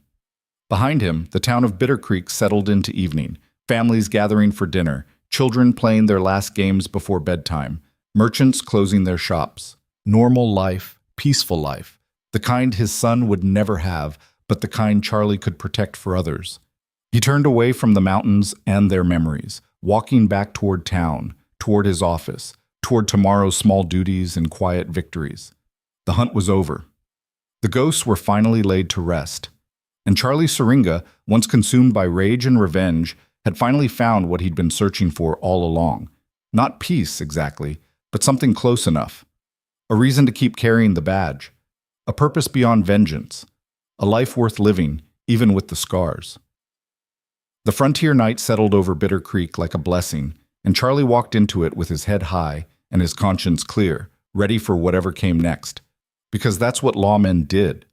They kept walking, kept choosing right over easy, kept the light burning against the dark.